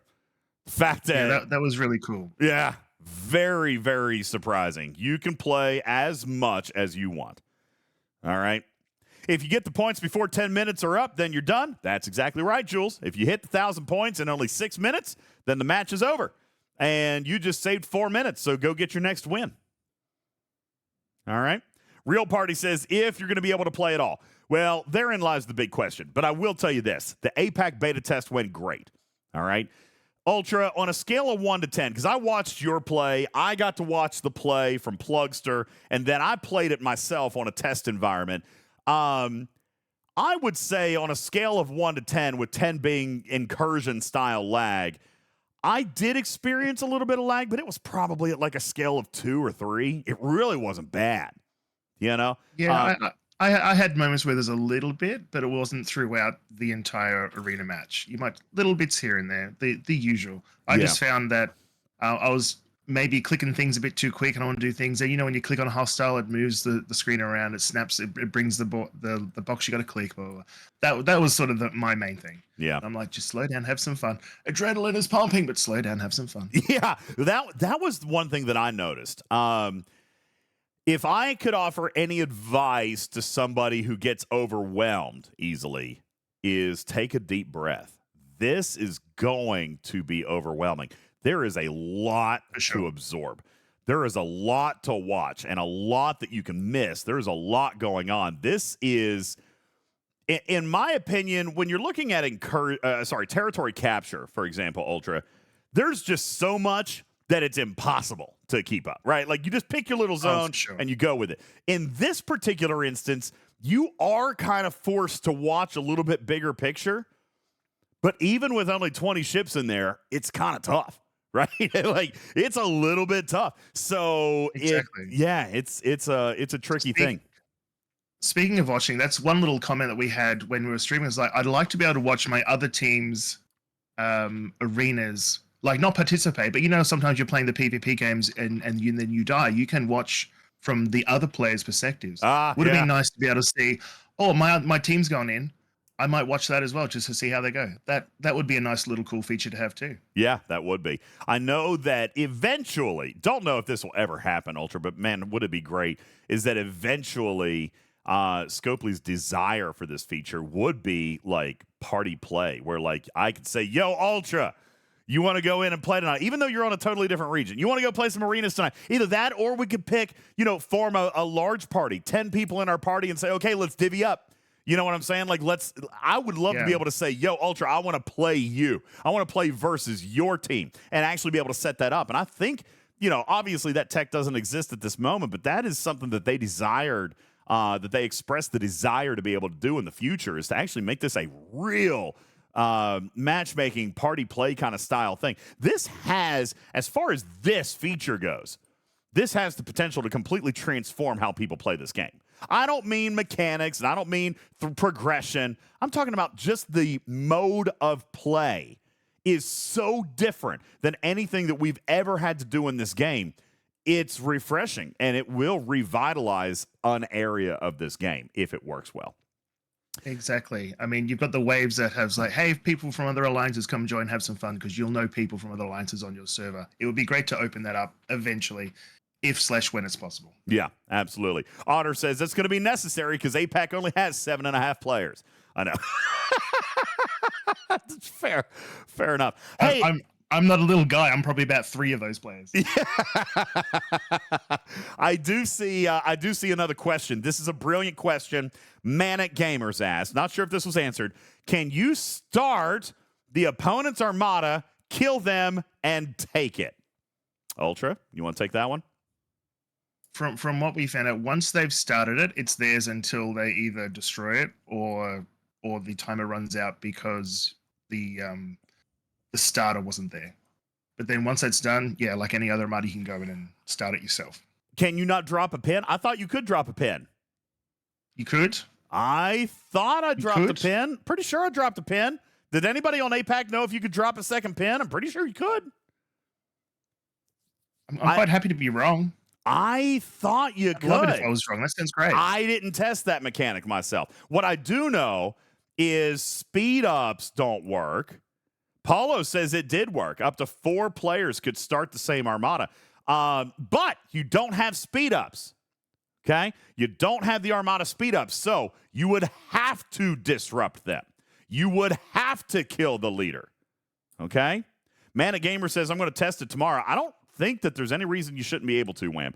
I agree. And while I can't remember a specific instance, I'm 90% sure that we did that, but I can't remember specifically testing that. I am 90% sure you can drop a pin. When I mean drop a pin, Retro Fury, I mean start the armada even after another alliance has started it. Now, you can't I don't think you can start it if your own team has started it. Okay? I don't think you can start it if your own team has started it, but if the other team started it, you can drop a pin on that thing. All right? But you're right, Caledon. If their armada goes off, you still lost the directives. You still spent the directives, so you're out. Tarpy says, I said on stream that I tried it. Okay, then I did. Like I said, I don't remember a specific incident. But there's that extra 10% for you, 100%. there you go. Tarpy, if Tarpy says that I said it, then that means I observed it. All right, or did it. So there you go. Dragon Keeper says, can you answer this question? A lot of people have asked and no answer yet. How long is the event going to run for? You want to know why I haven't answered that question, Dragon Keeper? Because I don't know. All right, my understanding was that this event was supposed to go 24 hours. Okay? That was my understanding, is that it was supposed to be 24 hours. There seems to be unconfirmed rumors that it might not be. So I don't actually know the answer. I have sent the message in developer chat, but I have not received an answer. So, I mean, it makes sense that it would be 24 hours, but there's rumors out there that it won't be, and I have not been able to get a clear answer. All right, so Tarpy says, so now we have a fourth reset time. I mean, I don't know if that's fair to say or not, but, I mean, yeah. All right. Game Junior says, I'm not sure of the point of running it at friendly times and then making it shorter than that. I think I agree. All right, so I think I agree.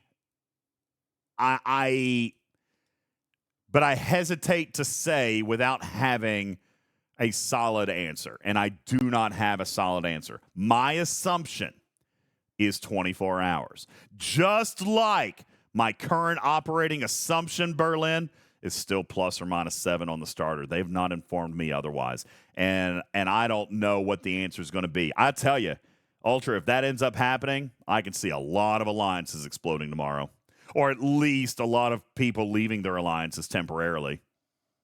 Yeah, I think there will be some people who are like, I need to be in a certain group to actually participate. And Yeah. it's like, I'd imagine they're trying to include everyone as much as they can. But if you're going to do the bell curve, there's extremes on either end. I get it. There's always going to be that. Commander Taylor says, how are people supposed to call in sick for work if they don't know when to do it? Well, what we do know, Commander Taylor, is that the announcement has been posted for when they are beginning. Okay? When they are beginning. What we don't know is what the duration is. And listen, I get the confusion, but every event in its history runs for 24 hours unless otherwise noted. You know what I'm saying? So I have no reason to assume that this is not going to be 24 hours because they have not indicated to us that it will be less than 24 hours. We have never seen we've never seen any event last longer than 24 hours without that associated communication. Now, there is a first time for everything. Okay? So it could potentially happen here, but I am not expecting it. Retrieving says, we've also never seen an event start at 3 p.m. Well, that's not entirely true. We have seen events start at odd times, but it's always come with a communication. A communication like the patch notes or like the website blog, all right? It's always come with a communication. We've never had an event last less time than 24 hours without a communication. All right? That being said, Snake, I am with you on the logic. Why would they stagger it if it wasn't less than a day?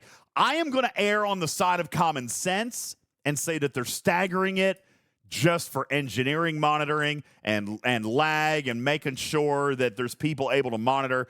I mean, Ultra, during the APAC test, I know firsthand there was at least a dozen engineers that was watching everything that day. So yeah, as much fun as it was, I mean, I'd imagine that, don't forget that it's the devs that want to make sure it runs as well as it can, and they would have been working like crazy just to make sure that even just APAC had a good time. And it's not all about us, guys. We got to make sure it runs well. That's right. We want to make sure that it runs okay everywhere else too. So that being said, I don't understand. I don't have a direct answer on that. I am going to presume that it's 24 hours. I am also going to presume that they are staggering them kind of like incursions for lag purposes and being able to observe and et cetera, et cetera. Plus, you're going to, when it first launches, they're probably expecting the heaviest load on the servers at that time. So that's probably why they're staggering those a little bit. Okay. If I It could had to also be guess. staggered just to make sure, like, if they've made some changes in the back end, it might be like, oh, this has popped up. We didn't realize that. Let's fix that right now before everybody gets it. Yeah, absolutely. And this is every Monday. Yes. The schedule, as far as the timing, could change, but it is scheduled for every Monday. Will we get an arena prep event every week? That I don't know. I actually didn't really mind some of those events. Premium dust, right? I mean, hey, I'll take premium dust however I can get it, even if it's tiny, teeny little bits, but those leaderboards went down really deep. So hopefully most of you guys got some premium dust out of one or two of those. Let's see. Mariah says he thinks it'll be less than 24 hours because otherwise you could just steamroll your way through the Terran store the more you play. No, that's actually not true, Mariah. So you could get a bunch of rank, right? That's going to unlock those items, but those items are still going to be paid for with credits, and the credits are time gated through the refinery. Now, by steamrolling a bunch of plays, you could bulk play, right? Like you'd be able to bulk play it and then not have to play again for a little bit and still continue your max pulls. But everything in there has to run through that refinery. Let me see if I can show it to you very quickly. In the faction store, if you open up the Terran faction store, the very first bundle that you see up there is called Terran Arena Claim. What you're earning in the Terran Arena are going to be arena emblems and arena rank, okay? Rank and emblems, okay? What you are going to see. During the beta, I was able to do 2 pulls. And I think it's because there may be certain ranks that once you get past them, that's it will correct. reset. I'm not sure if it's every single one, like bronze 4, but there may be certain ones where it's like, hey, jump in and grab another one. Well, also, if I'm not mistaken, you also crossed a reputation band. So rank will probably reset some pulls, but reputation will as well. All right. So, and if you did one singular max pull of the Terran Arena box, then it gave you your next arena rep. So what you're earning, that too, yeah. You're earning rank. You're also earning arena emblems. That's the 1,000 or the 400 that we were looking at in our chart earlier, okay? 1,000 or 400 arena emblems. When you come back into the refinery, you're going to spend those emblems on the Terran Arena Claim. That's what you're spending, or the arena emblems. That's going to give you the Terran credits. And the credits are what's going to be used all throughout the store. All right. Think of it kind of like they've done with X-Borg. You've got common, uncommon, rare, and epic. All right. All this stuff is going to unlock at certain ranks and certain reputation levels, but it's still going to cost credits. So I don't think people are going to be steaming through. As much as it looks like you could, you're not going to be steaming through this thing because you still have to run through the time-gated refinery. All right. We do know currently what all of the arena ranks are. They're bronze, silver, gold, and platinum, 1 through 4, all the way to platinum. We do not see evidence of a platinum 4 at this point. So you've got bronze 1 through 4, silver 1 through 4, gold 1 through 4, and platinum 1 through 3 that we can see at this particular point. And if I'm not mistaken, I do not believe that we see the complete and full breakdown on reputation. What we do know is basically just what we can see in the store, the different reputation bands. You've got Outsider, Lackey, Lauded, Ally. Then we're going to come up here and we're going to see Comrade, Collaborator, Exalted, and Renowned. Oh, we also see Venerated. What we don't know at this point, I don't believe, is what those reputation bands are. Like what the scores are. We'll hopefully be able to get some more of that information to you guys before too long, but those are the reputation bands. And then there's rank bands, which are your gold, silver, bronze, and platinum. All right.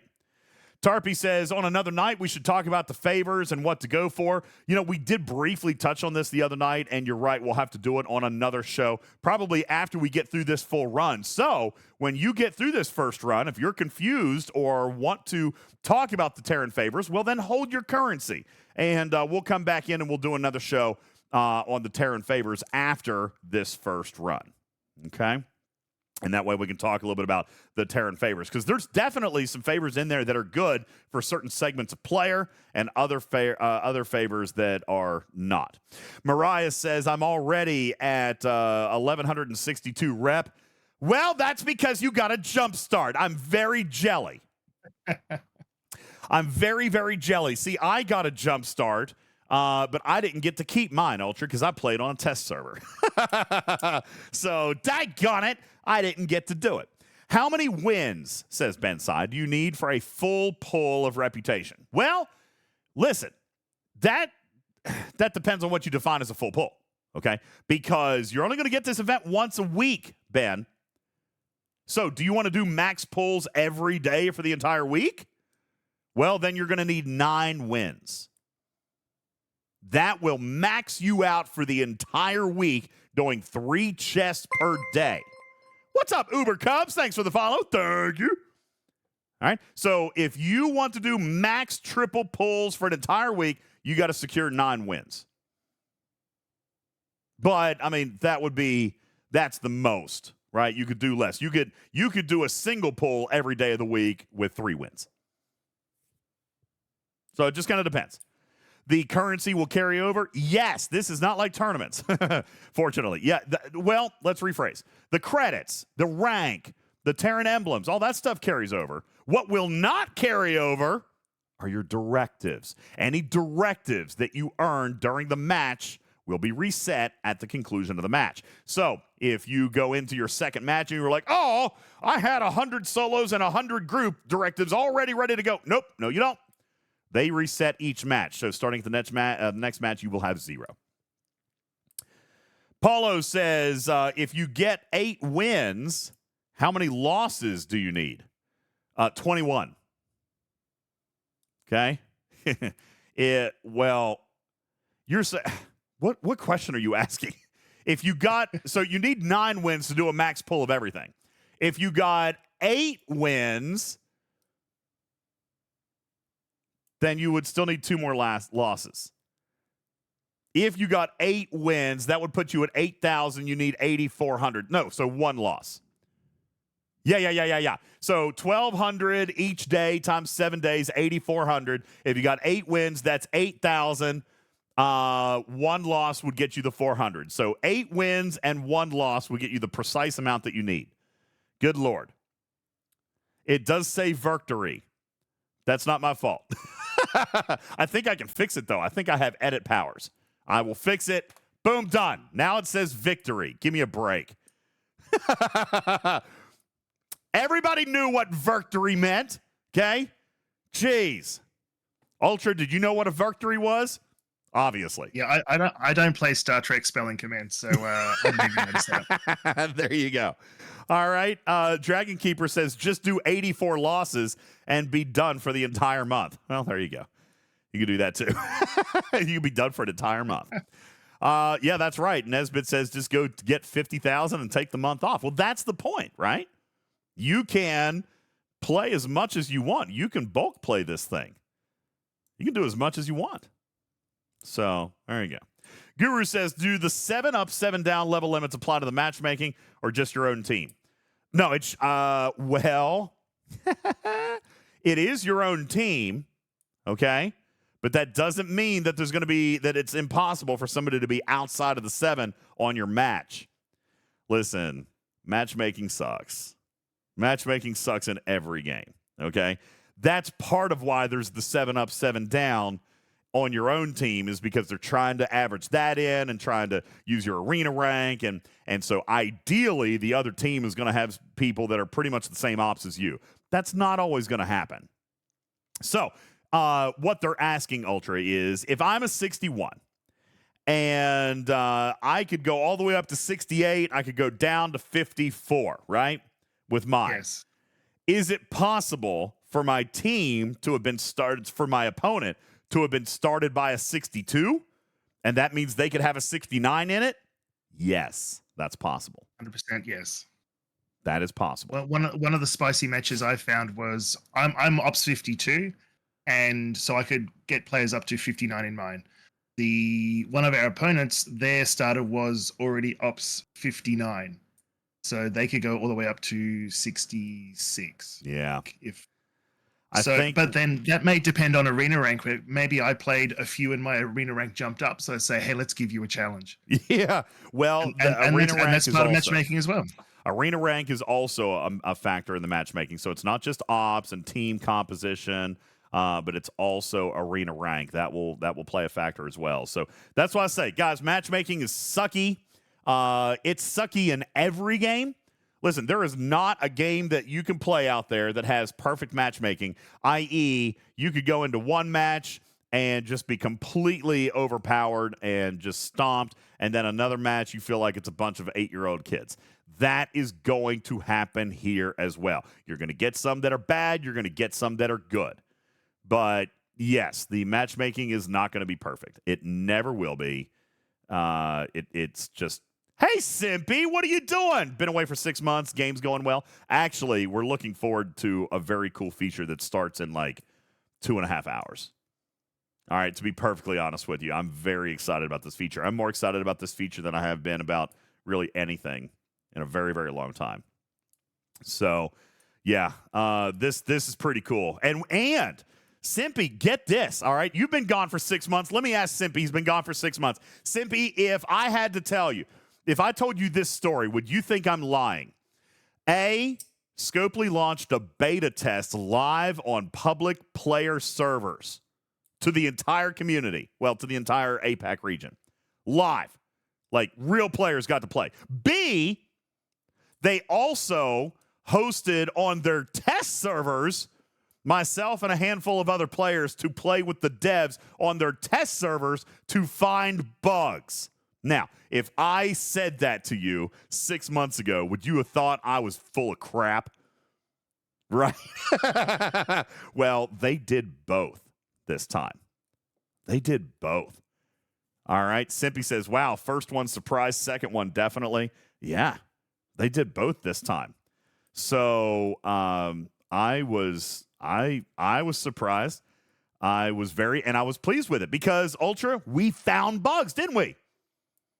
Yeah, definitely. Well, let's talk about a couple of the ones that we found and they fixed in real time. Not that it really matters because they'll be working fine tomorrow. But Plugster, you remember when you weren't getting your currency?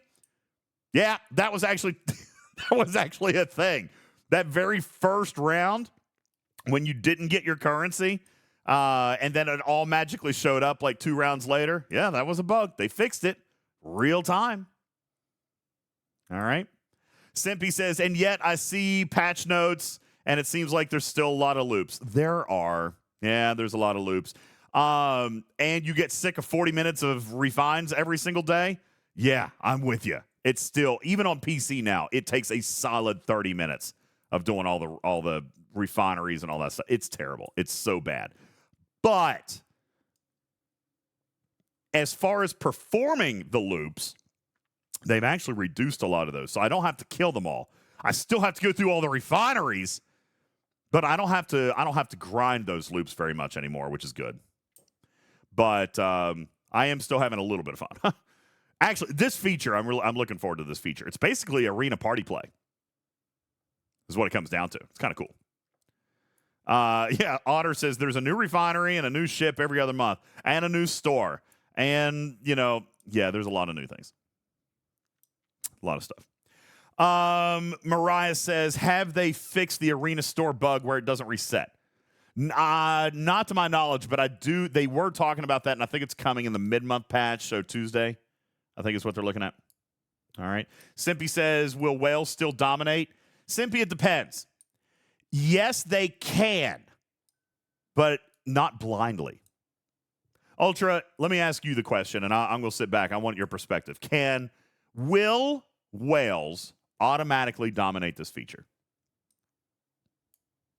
I'm gonna say a bit of yes and no. I think that's where the banding has helped, I guess, some players and hindered some others, where it's not a free for all. Biggest whale, biggest player wins. Yeah. There's other factors that come into it, and yeah, the banding may suck for the ones on the edges of the bell curve, but I mean, if someone who's say op 70, which there's not many of them of around there, but if the whole group is op 70, they're only going to be playing against 63s and up potentially. It just depends on the matchmaking. Yeah. I'd like to add to that by saying that I don't think Wales will automatically have a win because it's still going to require some strategy. It's still going to require some coordination, communication, and a plan. I don't think that Wales are going to be able to just go in and just by simply existing be able to win. Even tonight, Wham says the +7, -7 allows Wales to dominate. Even tonight, we've talked about the strategy of moving around, speed, get to the circle at a certain time. Listen, as many as you guys who didn't know about the 10-second thing, like being able to go back after 10 seconds if you've already joined, there are just as many, if not more, Whales that don't know that. All right, I'm telling you, that is a very not well-known mechanic. All right, people who play with that are going to do well. All right. So I think that Wales will not blindly steamroll retrieving. I think they certainly have an advantage because of their whaleness, right? But it's still going to require some cooperation, strategy, and coordination, I think. Are they going to be killing incursions now that arenas are here? I mean, I kind of hope not, but they could. We haven't had an incursions in what, Ultra, 3 months now? Actually, no, that's not true. You guys got one this month. There was a bit of a break, and then APAC and some EU servers had one. Yeah, that's right. APAC and EU just had one like a week or two ago. The North American servers haven't had one in like 2 or 3 months. All right. Ours got canceled because of extreme weather in the United States, and then last month, all servers got canceled. So they do need to do a lot of retooling with incursions. Incursions is pretty bad. Yeah, Swimbot says, we didn't get incursions. We just got hurricanes instead. So, yeah, we had 2 hurricanes like 5 days apart. So it tore up a lot of the United States on the eastern seaboard. So they cut them off. If you had the choice, it'd be incursions hand down if they were the only 2 options for sure. Sure, yeah. I mean, hurricanes or incursions, I'll take incursions. It's not but yeah, they are pretty rough still these days. All right. Do we have any other questions? Because I am at my time. This is what I wanted to do tonight. This has been very, very informative. Thank you. Obviously, a huge thank you to my special guest tonight from EU 195 or APAC 195. Fellow content creator, Ultra Vetica. Let me get him a shout out in the chat, and you guys be sure to go check out and follow his channel, twitch.tv/Ultra Vetica. Appreciate you being no problem, here. GJ. Thanks for letting me jump in. And it's been a bit of a wild past few days for me with the attention of the arenas. So big thanks to you and everyone else out there and the other content creators who've flung their support my way. It's been greatly appreciated. Thank you. We appreciate you, man. Thanks for the content and keep it up. You're doing a great job over there representing APAC and bringing us an inside view as to what's going on over there. Thank you very much. Ladies and gentlemen, one more time for Ultra Vetica. Thank you. Yeah, thank you, guys. Thank you, DJs. Last little bit, a couple of minutes left. Any questions that you guys have for the upcoming arenas? We've talked strategy. We've talked mechanics. We've talked point scoring. We've even talked a little bit of crewing. All right. So let's take a look and see if there is anything else that needs to be done real quick before we get ready to bounce out of here and see if anything has to be done or answered. How am I on the officer solo leaderboard? Which one? There was a daily mini going on today. Is there a different one happening? Oh, yeah. Dude, I never score in those. Yeah. Listen, I'm a G6 player. I never, ever, ever score. I have 34 million points. I'm still in 31st place, but my leaderboard only goes down to 15 because I'm a G6 player. So, yeah, I never, ever get shards out of this thing. All right? Dragon Keeper says because she isn't that great. No, it's because she, I think, is. I'm not going to place. I'm not going to do well. I'm going to finish the solo milestone for her. Yes, I am. But, no, I never rank in the G6 solo leaderboard because the leaderboard only goes 15 spots deep, and I'm a 61. All right? Yeah, I think the officer is decent. And I think that's the general consensus. Tibbs was talking about it earlier today. She's kind of got something for everybody there. We can go into a great deal of detail on another show, but just know that, yeah, I am chasing her, and I know a lot of players are. The scores are very, very high. Her officer ability is not that great. I think that she belongs below deck. She is a Hugh below deck, but for Armadas also. So you think about this. Everybody went crazy about Borg Hugh, right? Carissa says she's a mini Hugh. I don't think she's mini at all. She is Borg Hugh better than, because she does Armadas. iShield says she's a worse Hugh. I disagree. Here's the thing. If you're looking for 1 or 2 round combat, then Hugh is still better. Okay? Agreed. But if you're going combat 3, 4, 5, 6 rounds, she's better. Now, she's below deck. That's exactly right. Now, that's also assuming that you need help in Armadas. Okay? A lot of players don't.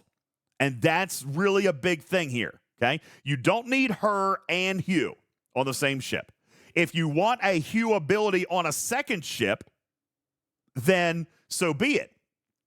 All right? If you want Hugh on a second ship, then you've got her now. And if you want Hugh for an Armada, you've got her now. So Wham says, when do you go more than 3 rounds? I mean, it depends on what you're fighting, dude.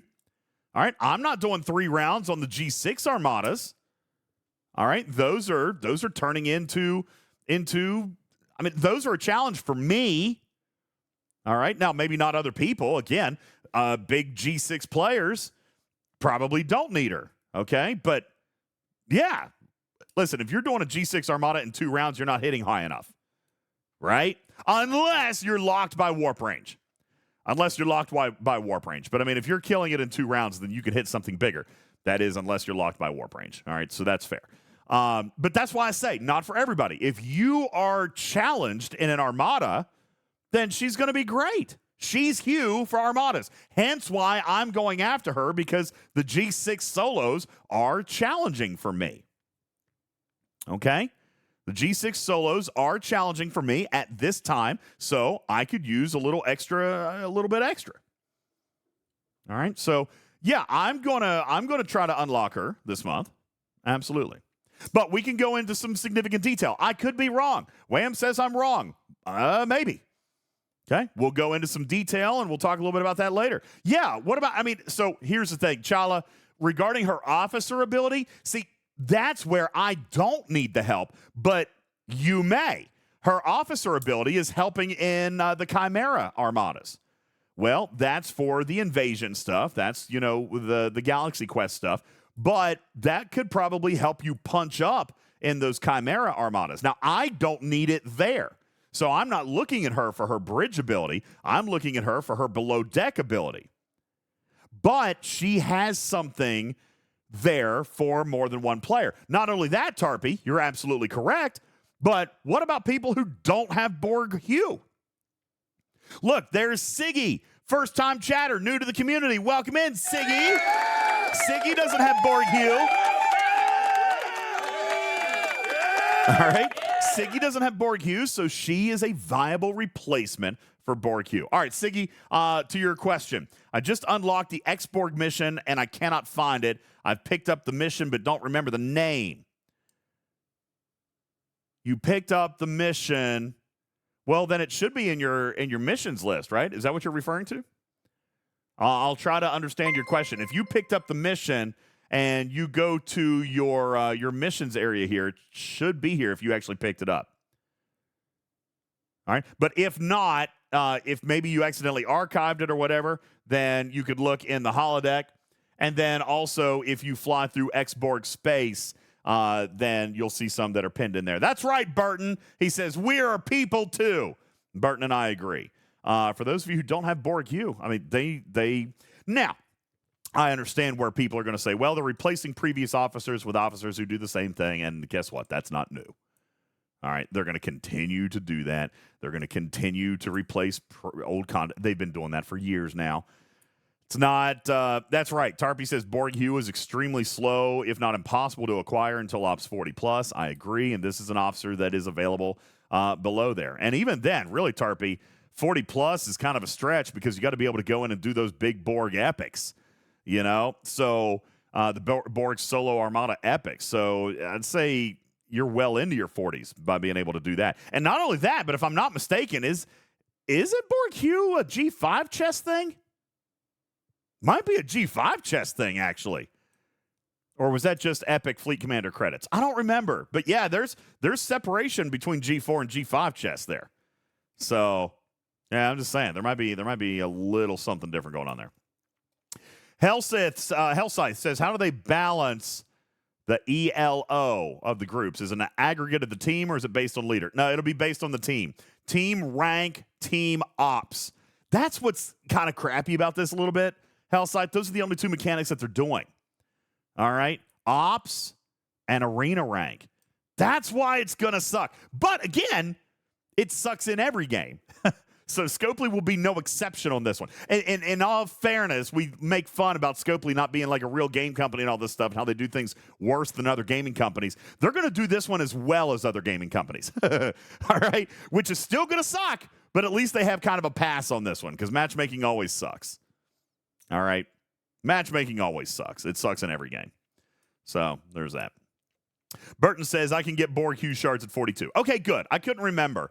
It's been such a long time since that content came out. I couldn't remember where they actually cut off. So it's the Epic Fleet Commander credits that don't unlock until 50. There you go. So anyway, listen, she's not a bad officer to have depending on your generation in this game. And, gosh, I'm a 61 and I'm going to go after her. I think she's going to assist my gameplay. So that's where I'm trying to go. Okay. But I'm also ready to go. By the way, how long have I been off 61? Someone told me the other day it's been 6 months. There's no way.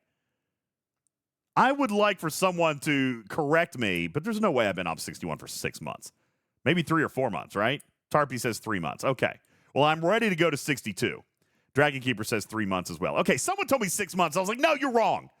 All right, Wham says maybe 2 months at most. Plugster 3 months. Well, I'm ready to go to 62. I might even do it during this weekend because I am ready. But someone told me it had been 6 months. I'm like, surely not. I don't think I've waited that long. But, yeah, no, I'm ready to go. Dragon Keeper says don't go to 62, go to 63. No, I probably won't be able to go to 63. 62 has the mining ship. No, I've already got the mining ship. The Selkie, that's 61. 61 is the Selkie. Nothing is at 62. All right? Yeah, nothing is at 62. But, I mean, I'm ready to go there. 63, I don't know if that seems that easy or not. You got to do all the generators and all the defense platforms and all the guns and everything. I mean, you say 63 is easy, but I mean, it requires everything to be caught up. So anyway, yeah, and I don't know that I can handle 63 right now. I'm probably gonna do 62 and then do some more research, yada yada yada. But yeah, 62 to 63 is kind of a big wall. But I am ready to go to 62. I've caught up on my research. I actually noticed that. You remember, what did I say, Tarpy? You know that you're camping when you're spending materials on researches that you wouldn't ordinarily do. Well, this weekend, I finally finished the research, and I was looking for places to dump materials, and I'm like, time to pump up. Time to go up, because now I'm spending on mitigation for defense platforms, and I was like, stupid. So I'm ready to go. I'm ready to punch up. As a matter of fact, I probably need to go to Ops 62 just to finish this SMS. Did I get the Trill Officer? That's what I'm working on, Ben. I'm going to finish. I'm going to do that this month. There you go. Okay. I think that's it. No more questions. We're at our 2 hours. Thank you guys very much. I appreciate all of you for showing up. Thank you for listening. I wish you the best of luck in arena PvP tournaments tomorrow. And for APAC, it starts in just like an hour or two. It's very exciting. All right. Thank you guys very much. NetNiv says, why do you need mitigation for your defense platforms? I thought you left your base open. That's why I don't need the research. That's why I know that I'm ready to go up. All right, that's why I know I'm ready to go up. All right, let's see. When is my next show? I am going to stream tomorrow. Normally, I take Mondays off. I'm going to stream tomorrow for Arenas. It'll just be Twitch only. But I am going to stream tomorrow for Arenas, and we'll play that tomorrow evening when I get off work. Then we've got a show on Tuesday with very special guests. You don't want to miss that. We've actually got 2 or 3 guests coming up Tuesday night. Wednesday, I'll probably take my first night off in over a week. Thursday, I think we'll try to do a show, maybe, depending. And then Friday and Saturday, I'll be off for football. Woo! Crazy, crazy, crazy. Busy schedule. All right, guys, thank you. When is Bubba going to be coming back? We're working on that plan right now. And that will be very, very, very soon. I'm excited to share that with you. It's going to be coming up very, very, very soon. All right, guys, that's going to do it. Thank you guys for visiting the website at TalkingTrekSTFC.com. That would be TalkingTrekSTFC.com, where you can find links over to our YouTube. You can find links to our Patreon. Thank you very much. I got a new Patreon this week.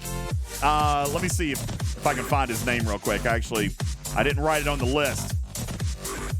But they sent a message in on the app, so thank you so very much for joining Patreon at the $10 level. As a matter of fact, all these fine players support at the $10 level, and I really do appreciate you guys keeping the lights on. You don't understand. The support of Patreon means the entire world to us over here. It really does keep the lights on.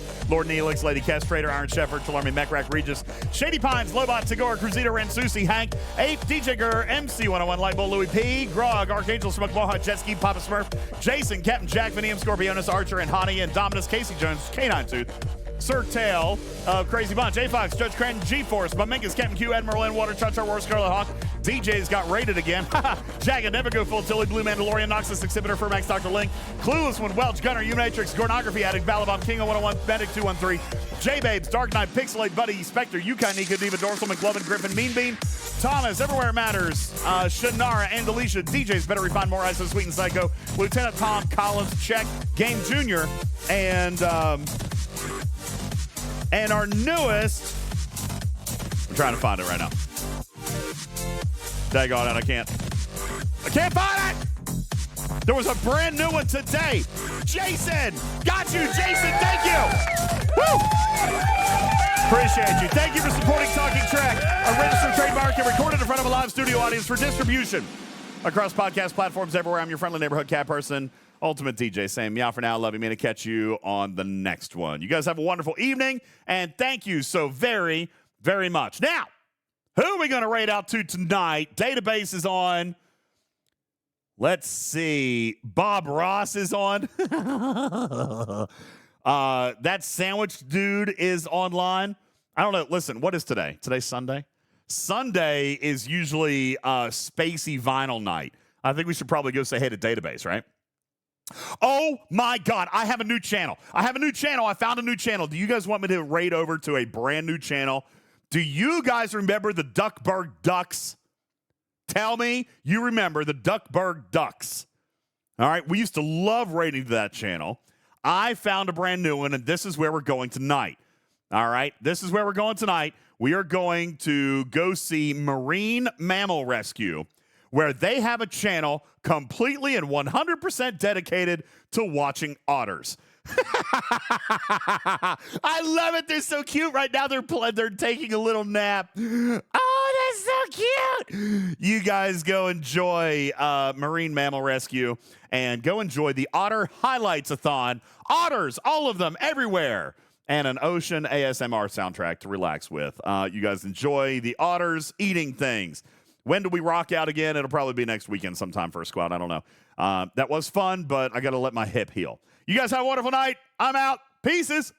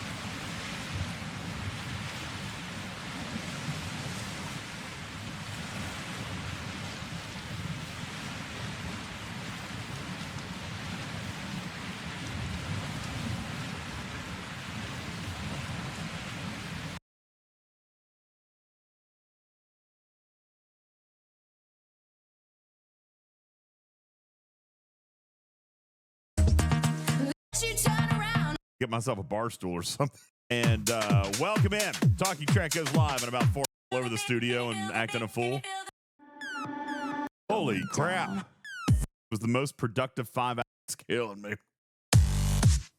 In my hip. It's killing me. It's killing me.